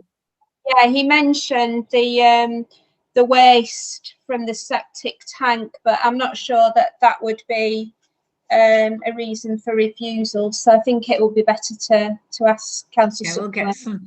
We'll get something definitive. Now, Councillor Brown, let me just ask Councillor Sutcliffe. Councillor Sutcliffe, your seconder has got his hand up. Do you want to listen to what he has to say first of all? Yes, I might as well. I put my hand up, have I? No, but I'm going to come to you now for your reason for refusal. Councillor Brown. I'm suggesting two reasons for refusal. One is overtly domestic appearance of interfering with a barn, and the second is ENV 3B, design should respect the form of existing and surrounding buildings. Okay. Councillor Sutcliffe. Yes, I'm happy with that, Chairman, but I would add to it the Parish Council's comment that it is not compatible with in the conservation area with the Raventrap Farm Listed 2 building. I think we said it was completely alien to adjacent styles of architecture. Hang on, I'll just pull that up. It's come on. Oh, slow. Right. Okay. The conservation area. They said the proposed development is completely alien to adjacent styles of architecture and seriously damage the ambience of the Grade 2 listed farmhouse. The tubular That's exactly it, Chairman. And then it goes on to say the tubular steel structure connecting the buildings over the pool looks more like a greenhouse. Well, you can't use the fact that it looks like a greenhouse, really, can you? So do you want to stop at seriously damages the ambience of the Grade 2 listed farmhouse? That's the first sentence. Yes, include that. Yeah. Okay. Kevin, I think you can roll that all into one reason for refusal. It's basically, right. It's basically the design, by virtue of its overtly domestic appearance, with no public benefits, would have an impact on the conservation area and the ambience of the adjoining listed building, contrary to policy ENB 3B. I'll roll it into one. I think that's a very succinct assessment of the situation, Chairman. I'll be quite happy with it, and I'm sure Councillor Brown would. Chair, could I? Yes, Councillor I'm not wanting to correct Mr. Watson. He'd say would have an impact. Well, can we have the word adverse or materially adverse, please? I think he's nodding his head, although it's frozen for me at the moment. Sorry, Chairman. In... No, I hope I'm back. I can't read my own notes, but adverse is in the notes that I've written down. Okay, right. So, if we ask Vicky, Miss Davies, to read that out so that we are all quite clear what we are refusing. Have you got that, or shall I go back to Mr. Watson for it? I mean, we're voting on basically what Neville has just read out, which he's wrapped up into one paragraph, which is about the design being virtually and overtly not compatible with the conservation area, and it's against policy NV3 paragraph B with a materially adverse impact or some such words that will be put together. Is that right, Neville? Sorry. I think I've covered those issues. I mean, if you want me to just to read it out again, and I'll try and yes, read please. it. Yes, thank you. The proposed development, by virtue of its design, would have an overtly domestic appearance and would have an adverse impact on the conservation area and the ambience of the adjacent listed building, and would therefore be contrary to policy ENV3B. Okay. Right, so we're all quite clear now. It's Councillor Sutcliffe has proposed that reason for refusal, and Councillor Brown has seconded it. So, Ms Davies, would you like to take us through the vote, please? Yes, thank you, Chair. So, members are asked to vote for refusal based on the grounds outlined by Mr Watson. So if I just call out your name, please. Chairman. Sorry, I just have to get my words right with this. I am against refusal. Right, okay. Councillor Brown. For refusal. Councillor Handley. Abstain. Councillor Liss. Against refusal. Councillor Morell. Or refusal. Councillor Place. Against refusal. Councillor Rose. Sorry, abstain. Thank you. Councillor Shuttleworth. For refusal. Councillor Sutcliffe. For refusal. Councillor Welsh is not voting on this item. So Councillor Soloway. For refusal.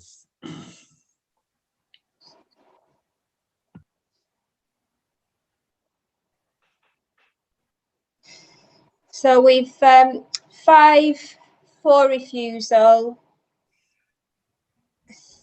3. Oh, I didn't ask you, Councillor Pringle.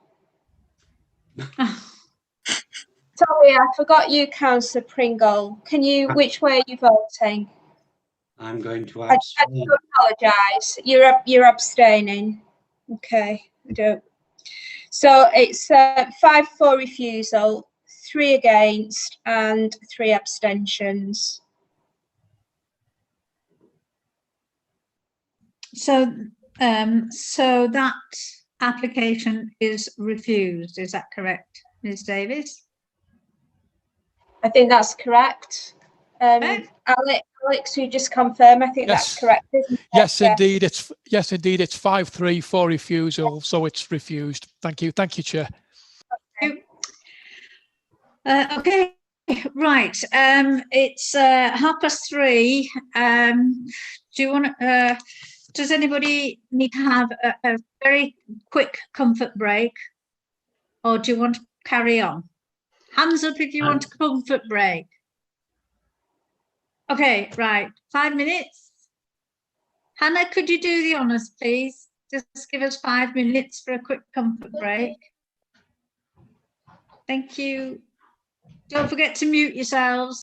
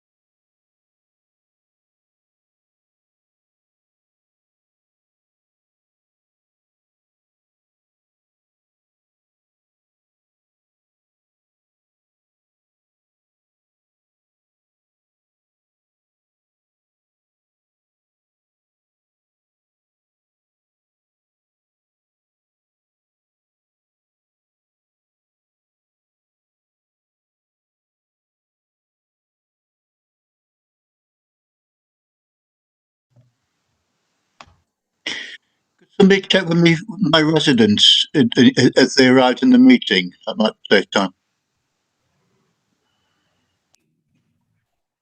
Councillor Brown, he's in the virtual waiting room, waiting to be admitted.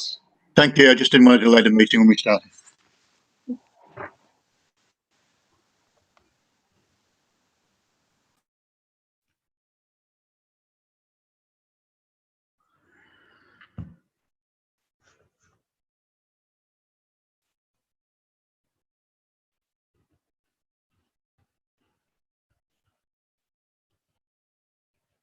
Are we ready to resume?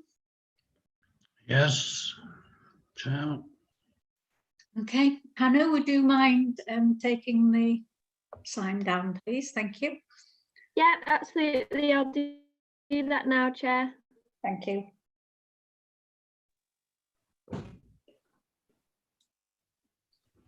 There we go.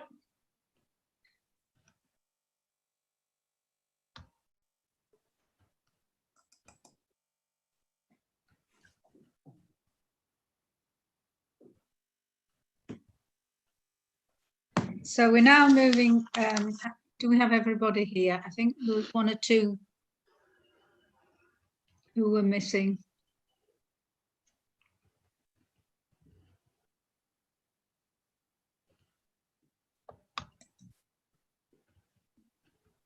I'm here, Chair, but I can't get my pictures to come up. Yeah, I think it's just the way that it's I think it's the way the screen sharing. Have you clicked on, if you click on participants, have you clicked on participants? It's telling me the host has stopped the video. Yeah. I think the host is, Hannah, are you the host? Yeah, I am, Chair. I've just clicked start video on Councillor Stutz. Thank you. There we Thank go. you. That's great. So we have everybody here. Just check. Councillor Pringle, we can't see you. Are you with us?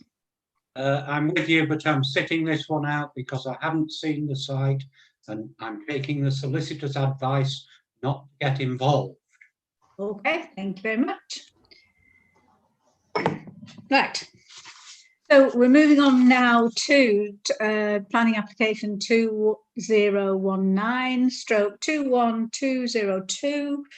It's a full application, and it's the applicant is Star Pubs and Bars Limited, and the address is White Lion Hotel, Priest Bank Road, Kildwick. Mr.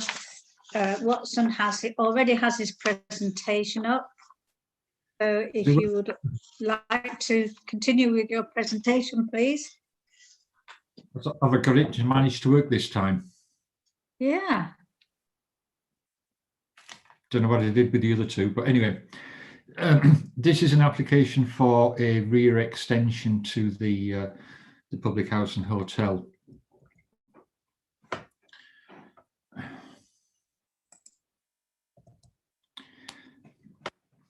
Just to put it in context to where the site location plan is, that's obviously a close-up as you come in. You've got the A629 off plan at the bottom, and it's on the corner of the junction with Pressbank Road.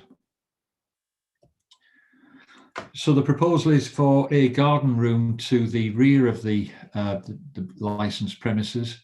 It is an area that is used at the moment for an outdoor patio area, whereas this is intended to enclose it. This is the view of the extension. So the extension is going on the right-hand side of the property, or the southeast corner of the property, and it is 3.8 metres high to the monopitched ridge and 3.1 to eaves. So that's a photograph of where the extension would go. So you've got the three benches on the back of the little wall. There is a flat roofed extension to the left hand side of it, which I understand serves some internal ladies' toilets and loos, but that's where the extension is going on the effectively that section of the patio above the 3 benches that are in the garden to the public house. That's the view stood on the patio looking in an easterly direction towards the neighbour's property. So effectively the extension would go where that photograph is being taken from, with the very short dry stone wall on the right hand side at that point there, and a dry stone wall separating the residential property next door from the public house. Chairman, that's the end of the presentation. The recommendation before you is to approve the application. Thank you. Thank you very much, Mr. Watson. We'll just wait till the screen clears. Okay. Right, we have, there is no one from the Parish Council who's asked to speak. We have a resident, Mr. Jim Kearney, who I believe is, oh yes, I can see there. Welcome, Mr. Kearney. Would you like to unmute yourself, please, and just let us know who you are, please? And you have 5 minutes in which to speak, and the officer will be recording the time.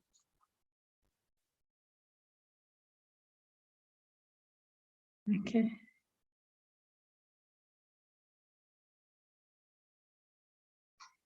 Can you,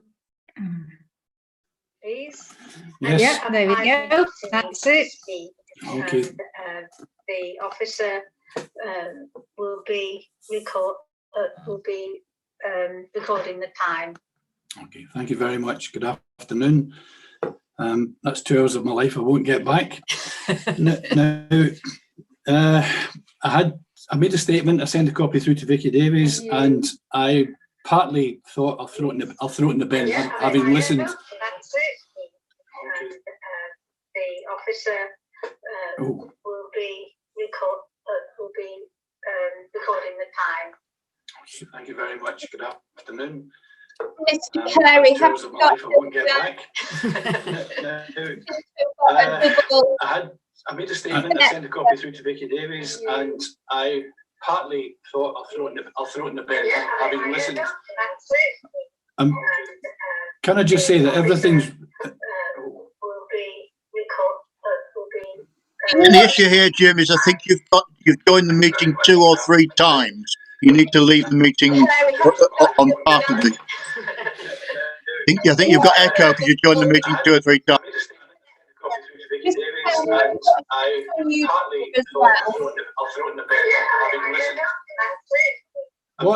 What is going on? And the issue here, Jim, is I think you've joined the meeting 2 or 3 times. You need to leave the meeting on part of it. I haven't done it. Excuse me. I think you've got echo because you joined the meeting 2 or 3 times.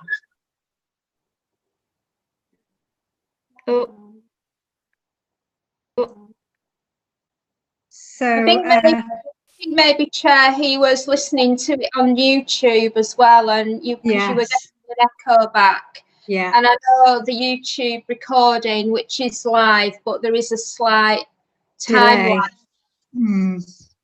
Yeah. Okay. So we'll wait. I'm presuming he's going to call us back. Is he going to rejoin? Well, I presume so, Chair. If not, my understanding, Becky, is you've got a copy of his statement. I do, which I can read out if that's what you would like, Chair, or do you want to give him a minute to rejoin? Well, Councillor Handley, you've got your hand up. He did actually say, didn't he, that he might put the transcript into the bin, or did he not? He did. I couldn't. You may want to check with him first. If you're doing that, you give the right information out. Yeah, we don't. I take it we don't have a telephone number for him or anything where we can contact him. I do have a number, but it's on mute because he didn't want to disturb the meeting, is my understanding. And I think, knowing his rhetorical style, I don't think you can read anything into his opening statement. Okay. Do you want, Councillor Brown? Do you want to give him a quick call and see if you can help him rejoin, and then we can get Hannah to have a look and see if he's and let him in. It shouldn't take too long. Councillor Brown, put yourself on mute first.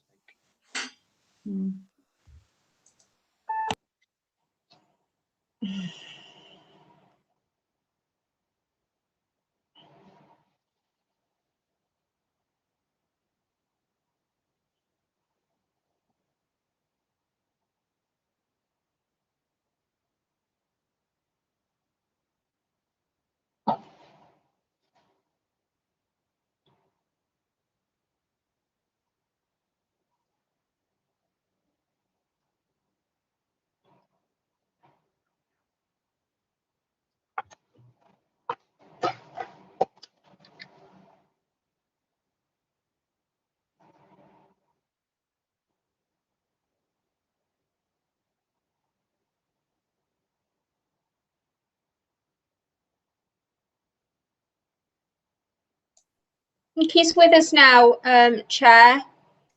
Okay, thank you. Mr. Can you hear me? Kearney. Yes, I can hear you, Hello. and only you. Okay, well, we're going to restart the clock here. Where all instructions are there. Once you've got settled, Nope, we'll... I'm not muted. No, we can hear you, we can see you. Okay, so Mr. Kearney, do you want to just start before we put the clock on? Do you want to start by Don't switch telling that us who on. you are? Because that could have been the cause of this. That's me 5 minutes up.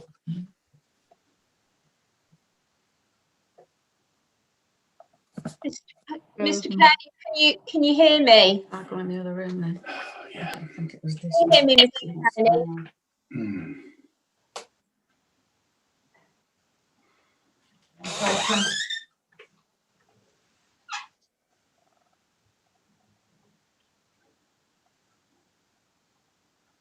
Mr. Kearney, can you hear?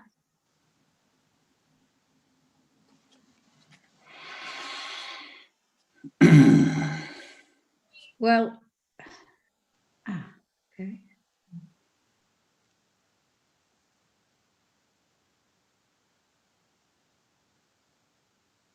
Hello. Hello, we can hear you now. Can you hear us? No, you can't hear us.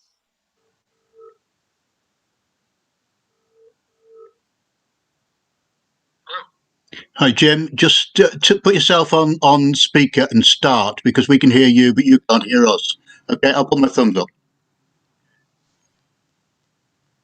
Thank you, Councillor Brown.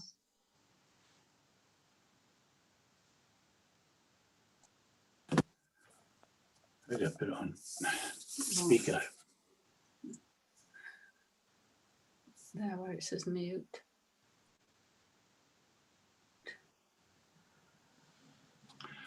Oh, I'm close to giving up on this. We can hear you now, Mr. Kearney. I've unmuted it. I don't know what's going on. We can hear you, Mr. Kearney. Do you want to make your statement to the committee? Hello? Jim, just start talking. We can hear you, but you can't hear us. Just start talking and do your stuff. Okay, I'll do my stuff. Thank you. Right. I was going to shoot from the hip, but could we start with 5 minutes from now, please? My wife has said stick to the script. So thank you for giving us a chance to comment. Obviously, we're objecting to this. The principal reason is loss of light, increased persistent noise, inappropriate materials, and the potential for a negative impact on the value of our property, if that's a matter, and some reduction in health benefits. To expand on this, I want you to know that Mistle Cottage is the only property immediately affected by this proposal. Our property is south facing, and our enclosed very small garden is bordered on 3 sides by approximately 17 linear metres of stone wall and a building. I would like to point out that Mistle Cottage is not identified by name on the area plan that forms part of this application. In case I forget to do it, I would also say that the plans that we've seen up until now, we've never seen dimensions shown. The building that I refer to, you see in the photographs, is an outbuilding used as a store by the pub. And whilst the gable wall of this building forms the largest part of the perimeter to our garden, it's about 8 metres long, the building does predate the conversion of our cottage. Nonetheless, it emphasises the importance of the only part of the perimeter that allows natural sunlight onto our property. This part is the stone wall, it's about 6 metres long, that forms the divide between Mistle Cottage and the White Lion. The store building has a pitched roof, the peak of which is higher than our upstairs windows. And if the elevation drawings had included our property, then the relevance of this would have been maybe more obvious. Now, the dividing wall is about 1.6 metres high at our end. 4 years ago, a bit of history, we had our front, our drive, and our rear gardens reconstructed. And in rearranging the back garden, the purpose was to create more space, improve the light levels into our house, and allow us to better enjoy the amenity of our garden in summer afternoons and evenings. As part of this, we removed the wall that was around our steps, and we installed a fully glazed door to get some more light into our small kitchen. I'm sure you'll have noted that the roof of the amended application is now even higher than the original application. This is because the pitch has been increased, with the result that it is now about 3 foot higher at its highest point. And I've said here it would have been helpful to have the height shown on the plans originally. I see you've now got that. So what we now have is a worsening of the loss of light onto the most usable part of our garden. And we estimate that most of our garden is going to be in full shade at around 6 p.m. and even earlier as the days shorten. From a health perspective, loss of light means a loss of things like vitamin D. So both physical as well as mental well-being is affected by this. Now, my wife's got osteoporosis, and vitamin D is an essential part of, if not so much treatment, but of trying to improve her condition. The likelihood of increased noise should also be considered. A permanent structure will be in use for longer, in particular late into the evening during the summer, but also all year round. Now, we have lived at Mistle Cottage for 23 years, and in that time, the White Lion has had 3 different owners and 7 landlords. Our experience with different landlords have been varied, from very negative or simply inconsiderate to open and supportive. Currently, we've got no issues with the current landlord and his family. However, a case in point would be unannounced and unlicensed live music with fully amplified electric guitar, bass and drums. This is inside the property. As a Springsteen fan, rock music appeals to me, but not when my living room is reverberating to heavy bass notes. What guarantee can we have that a planned garden room will not be used in future for similar events? Now, linked to the noise is the planned use of materials. The new proposal for the roof is matching slates, though it doesn't say grey stone slates. And whilst the change is an improvement on the initially proposed fabric awning, the higher height will actually increase the loss of light. And I'm going to remind you that this part of the perimeter to our garden is the only part where we're guaranteed direct light.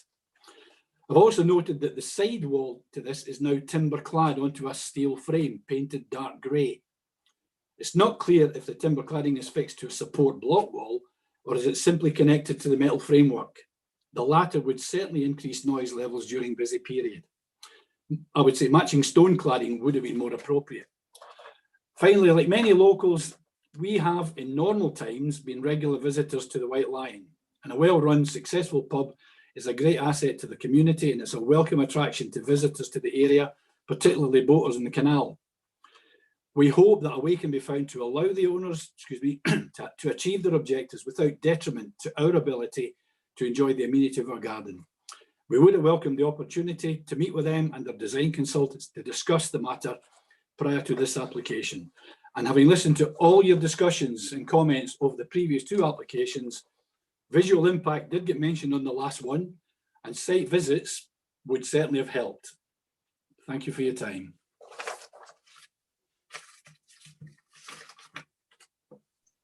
Thank you very much, Mr. Kearney. I'm sorry if you still can't hear us, but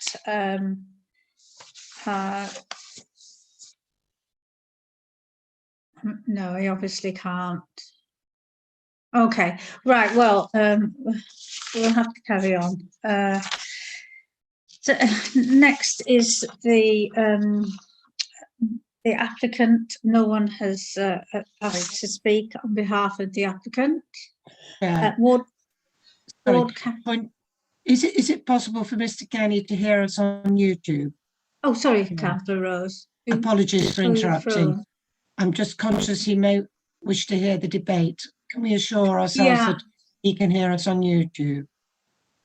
Yeah, I don't know whether or not.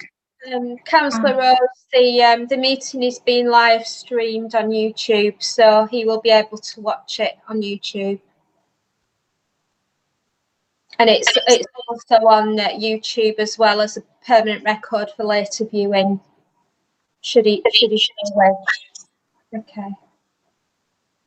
Okay, thank you for that. Right, Councillor Brown, you're the ward member. Do you want to speak at this moment in time? What I'd prefer to do, Chair, if it's possible, is speak first in the debate and save time by only doing it once. Okay, thank you very much. I appreciate that. So we will we'll go to the debate. You as the ward councillor, Councillor Brown, you have the luxury of speaking first. Thank you, Chair. I mean, basically, a fairly straightforward situation, I think. We all want pubs to be a success. We all want to see them investing in the future and creating fantastic assets like new restaurant facilities. And I strongly want this to be successful in the end. The problem is that neighbours have rights, and we have to protect those rights in achieving what will hopefully be eventually an improvement. And I want to draw your attention to paragraph 9.28 of the officer's report, which says there will be some additional shadowing of the neighbouring property in the late afternoon periods. I just want us all to consider what we would make of our neighbour putting up a wall that gave us some additional shadowing in the late afternoon periods in the summer. None of us, I think, would consider that a happy solution, and none of us would be happy with a wall quite so high, quite so close to our property. The neighbour is also concerned about noise, and the end wall is primarily of timber construction. So there's a noise leak risk. And as the neighbour has pointed out, if it's just a matter of people quietly having a meal, no problem. But once built, we do not have control over the use of that space. And we have to allow for the fact that, as he has mentioned, previous landlords have organised bands, and he's had loud rock music in his sort of throbbing his house. So those two concerns for me are pretty material. The parish also has concerns about the roof materials matching the pub roof, and it is in a conservation area and a very sensitive view. It's the first thing you see when you drive into Kildwick, very prominent from the arrival points, and can be seen for some distance. And it's a major feature of the conservation area. So therefore, if I could, I would be going for 4 conditions, but I'm not sure that that is allowed. The first condition I would go for is I would want the roof to be made of the same slate materials as the pub roof. So the first condition I would ask for is Westmoreland stone slate, which I think is fine as a condition and couldn't be a problem. The second condition I'd wish to go for would be that the end wall should be of matching stone, not of timber. That's the wall closest to the neighbour. I think that's close to the edge of what we could approve today, but would give us problems possibly. So that's one thing I would wish as a condition. The third thing I would want, I think, is more problematic. I'd want to move the wall 1 metre away from the neighbour's wall. Not a major impact, I think, on the size of the new development, but a big impact on the neighbour's amenity. And the third thing I would want is to see the roof reduced by the 1 metre that the neighbour mentioned. Again, not an easy thing for us to do on conditions. So my understanding is, if we try to do those 4 things to protect the neighbours, the amenity of the neighbourhood, we would not be able to do those by reasonable conditions. And therefore, I have no alternative but to propose rejection. If somebody can tell me a way that we could achieve what I want to achieve without bringing it back to the committee and with reasonable protection for the neighbour, I would wish to go down different routes. So so can I just clarify that for people again? I've got 4 concerns. One is I would want the slate roofs to be Westmoreland stone slate to match the roofs. Second, I would want the wall next to the neighbour to be stone matching, not timber, for noise reasons. Third, I would want the end wall to be 1 metre further away from the neighbour or similar. And fourth, I would want the height to be 1 metre lower. And my understanding is that I cannot make those 4 conditions and place them on. And therefore, my only alternative to protect the neighbour is to ask you to reject it and to ask for a scheme to come back that's slightly different, but protects that amenity. So apologies for this. I did make these points on the very first moment I saw the application. And to be fair to the officer has made some improvements in terms of removing an awning arrangement, which would have been completely unacceptable. So it's a matter, I think, of can we improve it? Okay, thank you for that, Councillor Brown. I'm just going to ask, first of all, you made a firm proposal of refusal, yeah? We're looking for, I'm looking for a seconder of your proposal. As yet, there isn't. Oh, Councillor Shuttleworth is seconding your proposal. Okay. Right, now I'm going to ask Mr. Watson about those conditions that you that you're asking for. However, if you're proposing refusal, I would welcome advice, Chair, because I would like to know whether it's possible to do it not by a refusal. Chair, just to clarify, my understanding of it was that Councillor Brown was looking for clarification on the conditions before moving refusal. I want a clarification on that before going. Is that correct? I was actually moving refusal, but I was inviting people to offer me an alternative if those 4 conditions could be met by conditions. okay, right. So let's. I'm going to go to Mr. Watson to ask him to sort us out a little bit here. Mr. Watson. Chairman, of the 4 conditions that Councillor Brown is proposing, you're effectively rewriting the application by condition, and that's something you can't do. If it was down simply to the roofing materials, I think I would be reasonably comfortable that we could come up with a condition that would say, notwithstanding the submitted details, the roof shall be constructed in natural Westmoreland slate. I could even go so far as to say that we could perhaps construct a similar condition about the end wall being stone rather than timber. What you can't do is move the eastern wall, and you can't reduce the height of the roof, because that's not what's on the table. So unfortunately, 2 out of the 4 I could perhaps help you with. The other 2, I'm sorry, I can't help you with. And if that means that you are moving towards a refusal on that basis, that's where the debate will have to go, and that's where you will end up having to get someone to second you on that basis. If the application is refused, that would give us the opportunity to address all 4 in a resubmission. But what you can't do is effectively, it's almost saying like you're making an application to build a house with a garage, and you're saying, well, you can build a house, but you can't build a garage, or you can build a garage and you can't build a house. You just can't rewrite planning applications by condition. I hope that helps. Thank you very much. Yes, very clear that. And both the proposer and the seconder are nodding there. So I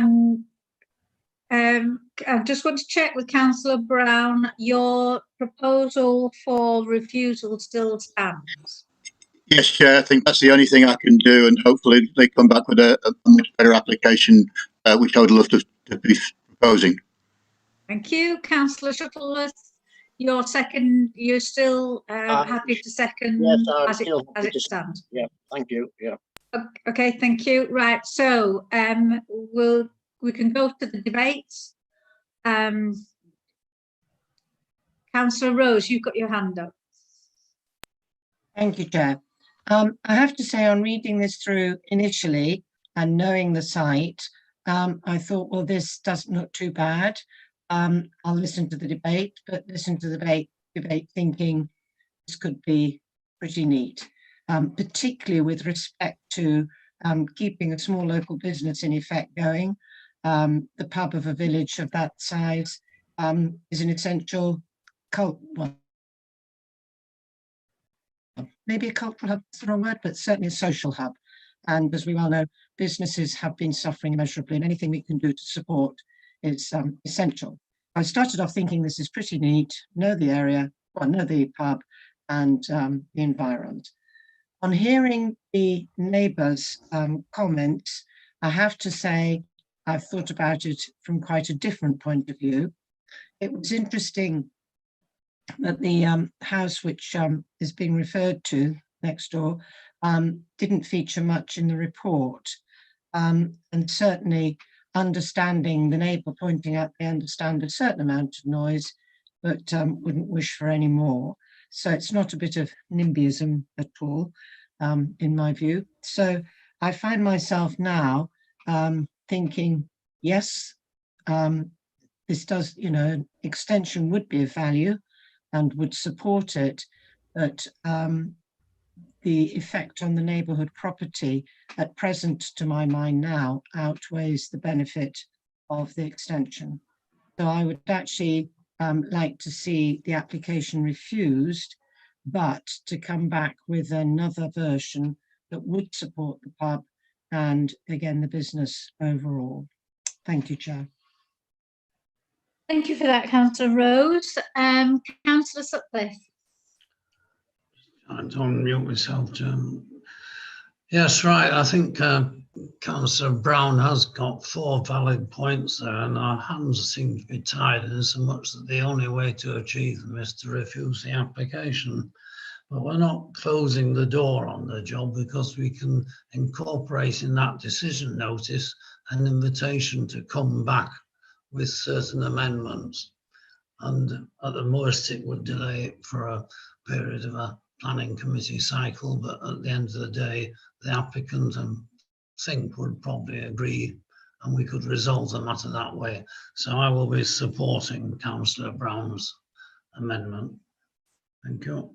Thank you for that, Councillor Sutcliffe. No other hands up, so we'll go to the vote. Ms Davis, do you want to take us through the vote, please? Yes, Chair. Councillor. Oh, hang on. Chair, just before we do, wait a reasons yes. for refusal. Thank you.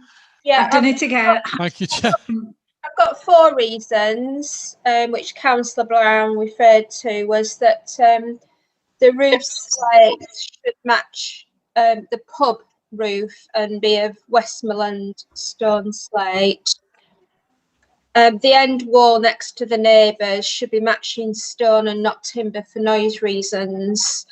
And that wall should be moved 1 metre away from the neighbour's wall. And number 4, that the roof should be reduced by 1 metre in height. And these are all really to protect the amenity of the neighbour and noise,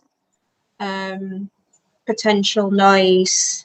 Thank you for that. I'm just going to go to... Sorry. Hang on a minute, Councillor Brown. Sorry, you might agree with what I'm going to say here. I'm just going to ask Mr Watson to see if he can come up with something. Sorry, no, I'm going to check with Councillor Brown first of all. Are those your reasons? I only actually want in the decision the last statement, which is to protect the amenity of the neighbour. Right.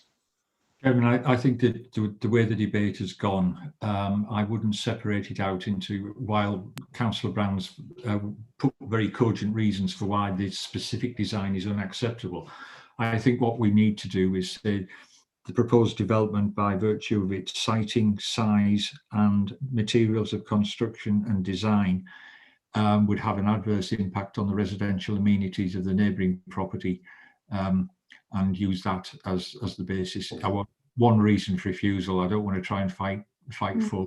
It'll be done on that basis. Thank you for that. Yeah. Councillor Brown's got his thumb up. He's happy. Councillor Shuttleworth, are you happy with that reason? Okay. So Ms Davies is still writing.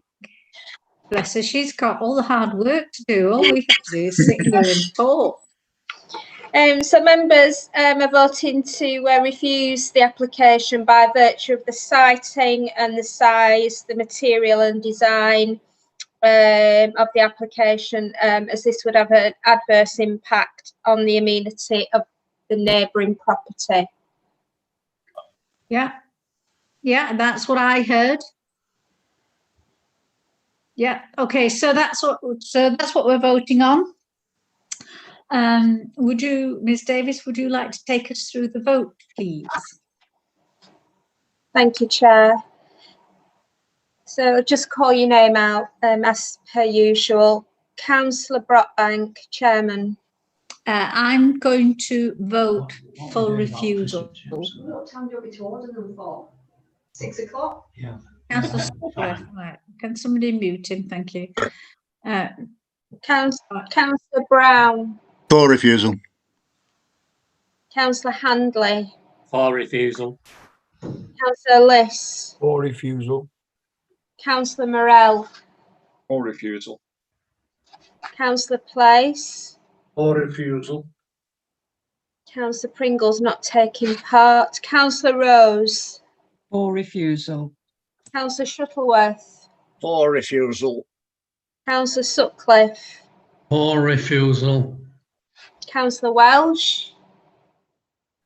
Against refusal. You're against. Okay. And Councillor Soloway. For refusal. Thank you. That's carried then. Refusal. It's just one against. So that application is refused. Chairman, thank you. Okay, so that application is refused, which is against officer's recommendation. So that concludes the schedule of plans. Going back to the agenda, just bear with me one moment whilst I just my paper in order. We now come to any other items. I have one item which has been discussed quite a bit before the meeting and also has been talked about at the meeting a bit, and that is regarding site visits. I was hoping that Democratic Services would have some information for us today, but unfortunately, I think with the time of the year and holidays and everything, that's not forthcoming. Site visits were suspended at the beginning of COVID, for obvious reasons, for social distancing reasons. I don't think any of us expected COVID to go on for as long as it has done, so nothing really was put in place for site visits.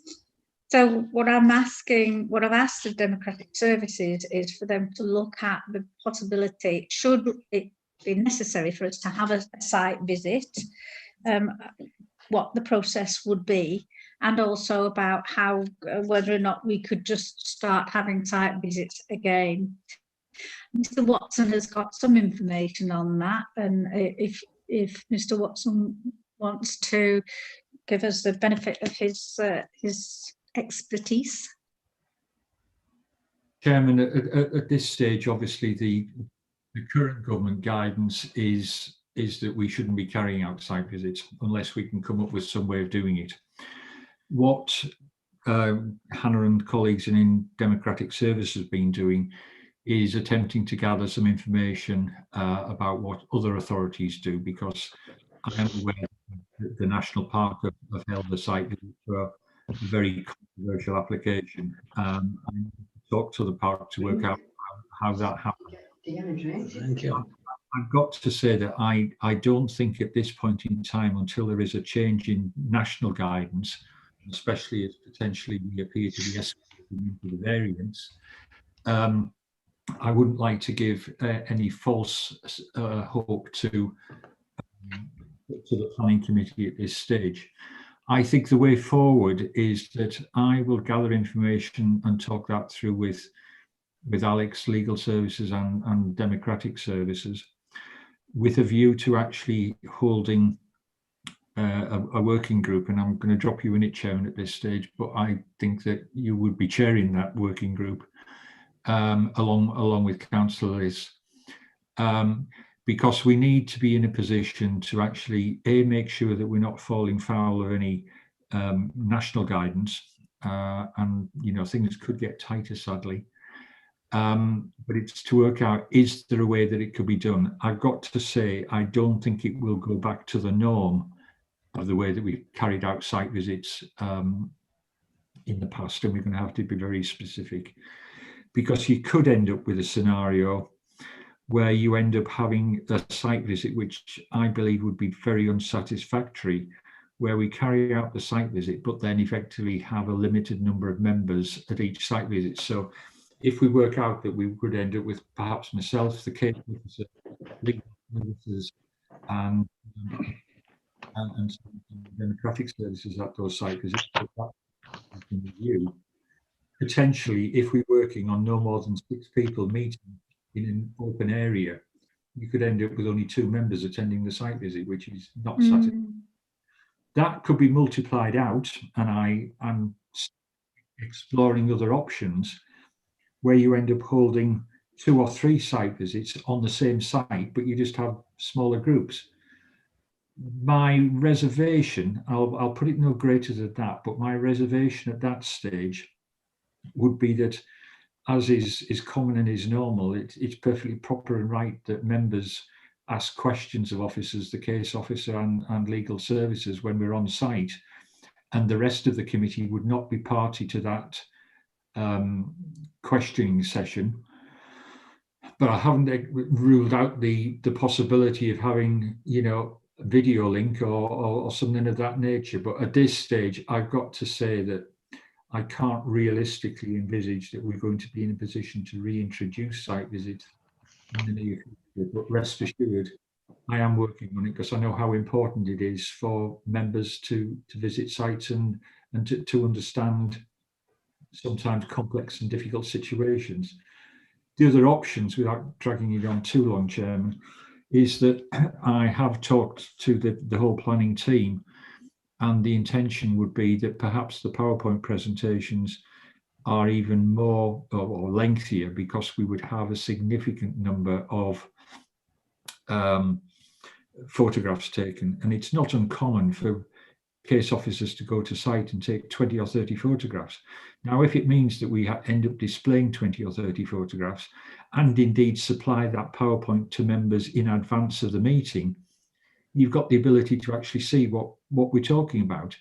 And the most important thing, and I do want to reiterate this, that if members have any concerns about any application, that they come and talk to the case officers, they come and talk to me in advance of the meeting, not to wait to the meeting to actually ask the questions and potentially throw things off trail. Because by way of example, if we'd ended up, and this is no criticism, Councillor Sutcliffe, but you raised the issue at Raven Flat about the view from the adjoining property. It may have been that if that question had been asked, which wasn't part of the PowerPoint presentation, it may be that the case officers could have gone back, taken those photographs, put them in the PowerPoint, and we wouldn't have ended up with, questions being asked that we didn't have answers for, because that wasn't on the table. So the dialogue is very, very important to me, but I think that there are ways forward that we can actually not at this stage reintroduce site visits, because I haven't got I'm not convinced at this stage that the government have actually released an option. But rest assured, I'm looking at options for, are there options to actually virtual site visit as opposed to virtual meeting. There's all sorts of options that I'm looking at to explore to give members the fullest picture that we possibly can, and we try our very hardest to do that. But members with local knowledge may raise issues that, you know, are not that officers may not have picked up on. I don't think there's much more than I can add to that, but Alex, if you want to put anything in, or Ricky, if you want to say anything more than that, please do so. Yeah, Chairman, just on the back of that, my understanding at the moment is that the current guidance is as set out in terms of site visits. I know that some authorities have tried to do something, but they are very, very wary of it for the public safety and public health reasons that have been set out. Very wary of it also for the protection of members and the protection of officers, as well as insurance cover and everything else. So there's an awful lot of issues with it. But notwithstanding that, as the planning manager set out, we will need to look at it and try and find a way forward, try and find a way around it and see if there's something that we can do, because obviously site visits do add to the summer knowledge on these matters. Members have got particular local knowledge on particular sites, as a planning manager has set out. And I think we need to just work together to see what we can do to ensure that members have got the full information, but that we proceed in a way which is safe and which respects the current difficulties that we're in. Thank you, Chair. Thank you very much. Right, Councillor Liss. Yeah, thank you, Chairman. Yeah, it's difficult, isn't it? I mean, we live in extremely awful times, don't we? I mean, we don't know as we sit here now what's going to happen after Christmas, let alone what we can plan for in the next 6 months. I do and always have believed that a site visit is a valuable tool, and there will be times. And incidentally, I don't think any of the sites today, and I know people will disagree with me, any of the sites today warranted a site visit. I felt well enough informed by the information that I had. But there may very well come a time, as it did at National Park, and that we had a site visit, and I attended that site visit, where the application of it was of such importance to the in that particular thing, the National Park, where we have really deeply got to consider this. Or we've even got to consider, if we can't, that we cannot make a decision on that application. So the application will have to be considered when we're in a position to hold a site visit. I think that's terrifically important. As I say, I attended the National Park visit. It took a great deal of setting up. I have to say the officers did exceptionally well. It was awfully safe. It really was. Everybody was socially distanced. It even got down to the risk assessment saying that the members that were travelling to that site visit, I was intending to travel with Councillor Ayrton to it, but we were told we hadn't to because we needed to be separate in going in the cars to get to the site visit. That's the level of detail that we need to get to. I welcome a chance, Neville. You've mentioned setting up a small group to look at this. I can't help but think that the conclusions will come to are conclusions that maybe I've just mentioned, and that is that if it is considered by every member of this planning committee that a site visit is and let's face it, it's the members that make the decisions, that a site visit is absolutely essential, we must find a way, or we must delay a decision on the application, one of the two. And we could all be in tier 4 after Christmas, which will severely inhibit any chance of doing anything like that. But nevertheless, I think it's something that really is worth looking at. Okay, that's all I wanted to say, Chairman. Thank you. Thank you for that, councillors. Thank you so much. It was really useful to hear how the National Park did it, and they obviously did it in a very safe way. Councillor, Councillor Brown, I think you were next. I know Councillor Welsh, you did have your hand up, and then it went down, and you put it up again, and you would actually have been next. So let Councillor Welsh go next, then. Thank you. Yeah, I'm going to go to Councillor Welsh. Not a great deal to add, Madam Chairman, but I do find it that just some comments that Noah made, and I'm not going to make too much of an issue about it, about how many turn up on site visits. I've actually chaired dozens, if not scores, of site visits for planning applications over the years. I can honestly say I have never, ever chaired one where all members of the planning committee turned up. Sometimes it's been an embarrassment, especially if a lot of members of the public, but there again, if members feel that they're adequately informed, they can make a decision, then so be it. The only case I would quote was, I'm sure we could have done something about it now, but there's a planning application several years ago in Cowling, and it's about 13 caravans. Now we looked on at Chairman's briefing, we looked at the plans, and it was like a weather forecast. It was full of all these lines this time, so we couldn't make any tail of it. So we trailed 1/4 of a mile across the field, and I've never seen a bigger hole in the ground where all these trees and where they were going to stick these caravans. It was a fantastic opportunity to see that. It really was, and absolutely beneficial. That said, we could always ask officers to take more photographs, as Neville said. So, I think that's probably a good idea. But I will go back to saying that we might not get full attendance, but we never have had. Thank you, Chairman. Thank you for that. Yeah, we've never, and also we have never excluded members from voting on an application if they didn't attend the site visit. That's never been our policy at all. Councillor Brown. Yeah, well, clearly it's going to be a very long time before we could reasonably set up collective visits because of the social distancing. So let's rule that out quite simply.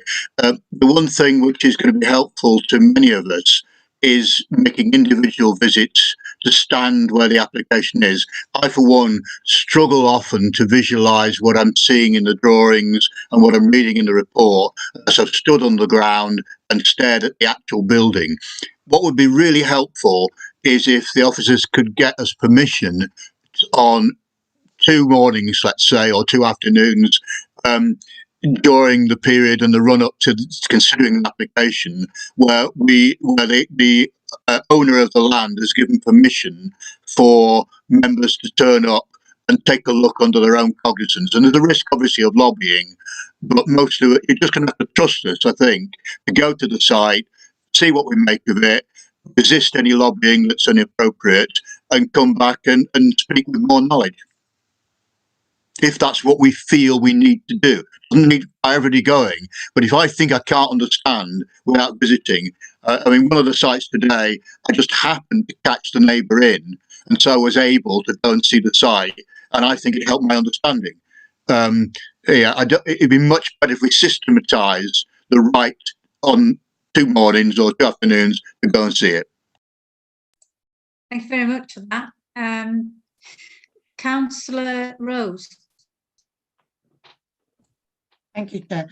I am a little bit confused here because I thought we were not permitted to make our own visit to a site, and I have kept to that. I mean, I could have quite easily bobbed over to 2 of them today on my bike, and as Andy did, and had a look, but I was under the impression that that wasn't permitted, that was not permissible. So I've avoided it, thinking that was the case. I do feel that site visits greatly enhance the Ravenflat barn, for example, today. I really couldn't visualize it effectively. I just happened to know the pub one quite well. And again, I felt a bit unsure of things with respect to Carlton, because again, I've worked out where it was. I knew the the area enough. But obviously, site visit would have enhanced my understanding considerably. So 2 points. I thought we weren't allowed to do it anyway, our own version.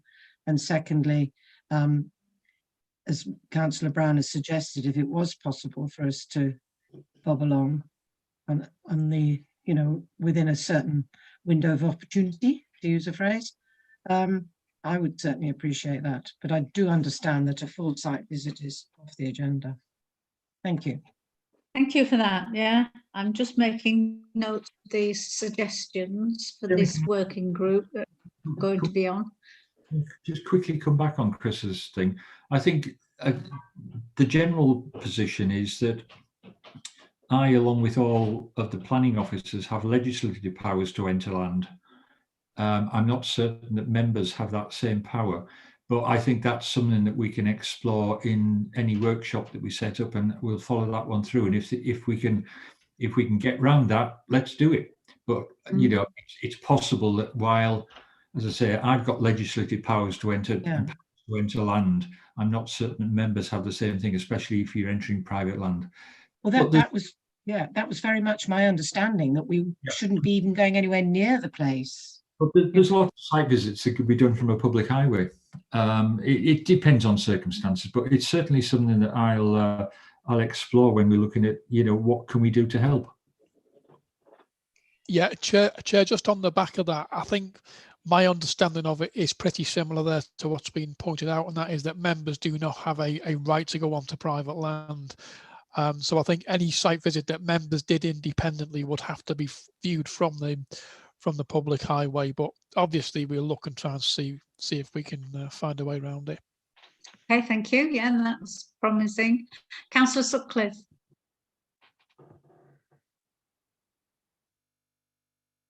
You're on mute. Mute. Councillor Sutcliffe, you're on mute. Should be all right now, Mama. Oh, that's it, loud and clear. All right, I think we need to face up to the reality of the situation, Chairman. You cannot legally take a group of people to a site meeting at present. And the COVID-19 situation, I think, is going to get worse, not better, in the next few weeks. And the other implication that needs to be addressed is that getting the planning committee there, even if you could legally do it, is only part way to achieving a site meeting. A site meeting involves parish council representative having the right to speak, and you cannot stop the public turning up, although they wouldn't have any right to speak. But curiosity, there's always a few of them turn up. I think it's just totally impossible to organise anything until there is a hopeful improvement in the COVID situation, and that's going to be some months away, I suspect. Thank you. Thank you. Councillor Soloway, Councillor Handley, you've got your hand up. I've got Councillor Soloway and Councillor Welsh. Did you mean, are you wanting to speak again, Councillor Welsh, or have you just not put your hand down? No, I want to speak again, Chair. I'll wait till everybody else has gone. Okay, thank you. Councillor Soloway. Just one point. I mean, the issue has been raised of site visits because it was a factor in an appeal, and it's been a factor in a peer review. And I'm not putting myself one way or another, but first of all, I'm asking the question that on one hand we've got it's been a factor in an appeal. On the second factor is that we can't do it. On the other hand, I mean, I'm quite lucky really, because I'm a substitute member and I don't sit on every committee, and I don't have to go on loads of site visits. But there is almost an onus back on us as members of a planning committee to say, well, actually, look at the weekly list. Do we think this one may be contentious if I ever had to hear it?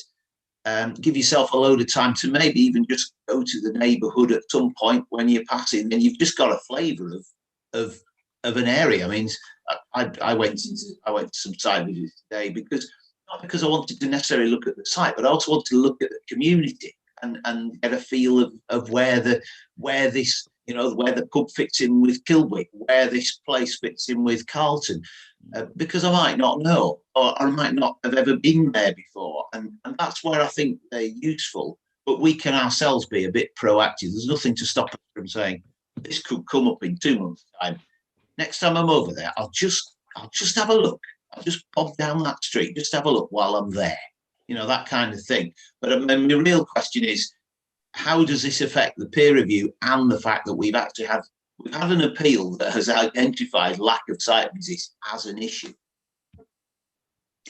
Yeah, I think that's a really good question, and that will, if it's been raised at the peer review, then that will be addressed in the actions. Okay, who's next? Councillor Welsh and then Councillor Handley.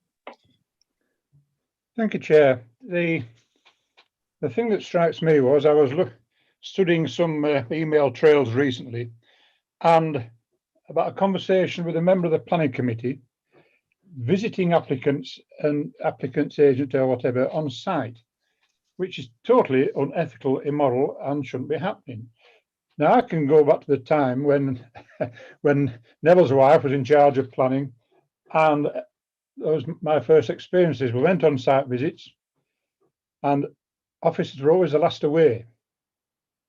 They made sure all the members went, didn't fraternise with applicants or agents or objectors, and that's the way it should be. Now, over the years, I'm sure other members have been asked, can you come round and look at my application? And the answer is always no. Oh, why not? I said, well, are you going to arrange for officers to come at the same time? Oh, no, we just want you to come. And you've got to explain to people, look, there's one I was 6 in my mind particular, a lady in Giggles that wanted a house in her garden. And she's extremely annoyed because I wouldn't go around. You're my representative, etc., etc. You should. I says, no. The simple reason is, what happens when your next door neighbour, who I know doesn't want that development, sees me stood there, chin wagging with you, looking out, walking out the length of the site, and then next news she will turn around and say, well, he never came to see me.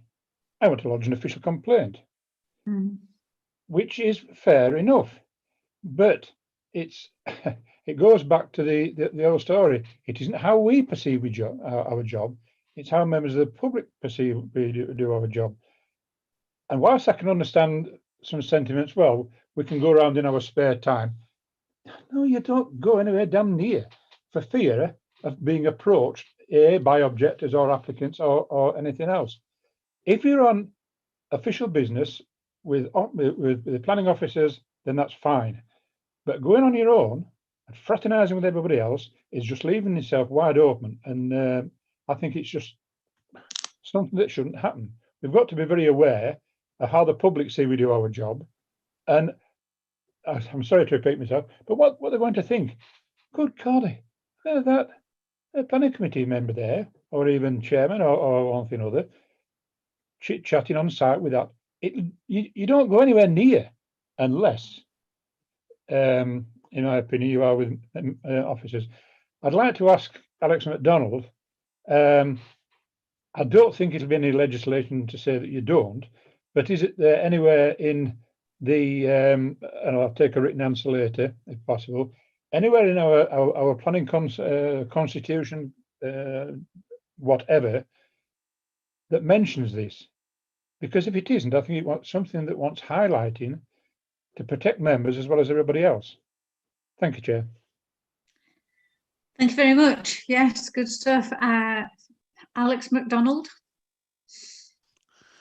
Well, right, let me just come back on something. I think that there's been some very real issues raised in respect of probity, perception, how it's seen, how it looks. There's a lot of valid issues around that.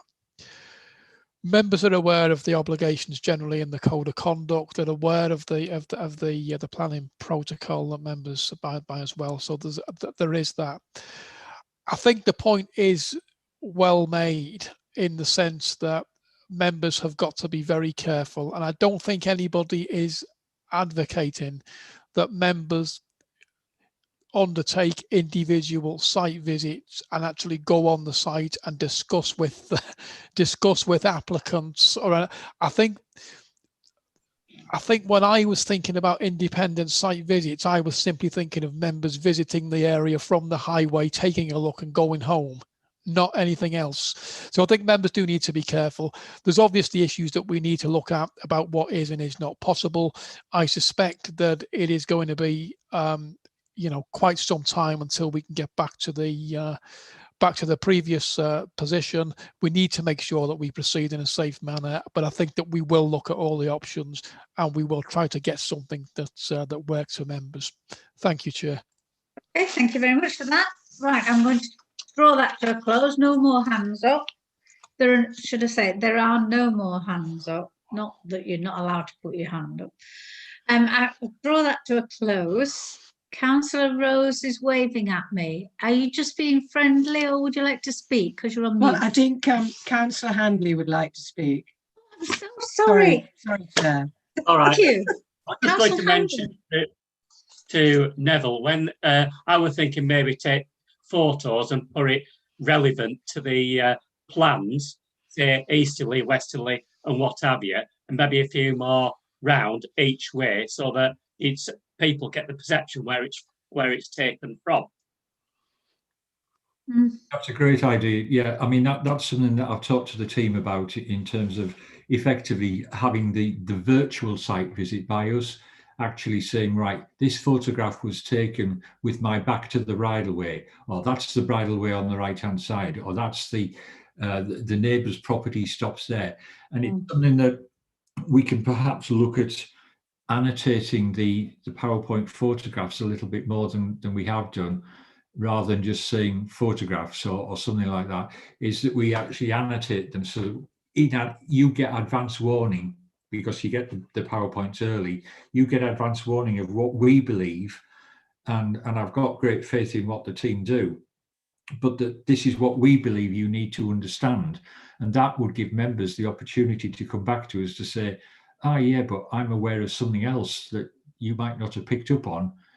What about that? And it would allow us to, it's going to involve more work, and it's going to give us a bit of last minute rush around. But if you almost see the PowerPoints that we send out with the agendas as a draft one, and that would, coming back to the point that I've made already about dialogue with the case officer and me, to say, oh, but Neville has a problem with that particular view and it doesn't show something else. And that's what we can do.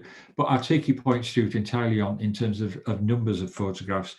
I know we want to try and shorten committee meetings and not drag them on, but if it means that we end up with 15 photographs on a presentation rather than 5, it's not going to take that long to flip through another 10 photographs to give you the whole picture, and that's what we're thinking about and what we'd be aiming for. Thanks, Jim. Thank you very much. That's great. Thank you, everyone. And we seem to have lost Councillor Pringle. It's a shame. Maybe if any other members have got some suggestions, if you'd like to email me with them, please, and copy Mr. Watson in, that would be great. Having said that, date and time of next meeting is Monday the 18th of January. And I just want to ask Ms. Davies, is there anything else that we need to cover today? No, Chair, I just wanted to bring members' attention to the cases that have been dealt with under delegated authority, and also the enforcement cases, which are included for information. But that's everything. Thank you, Chair.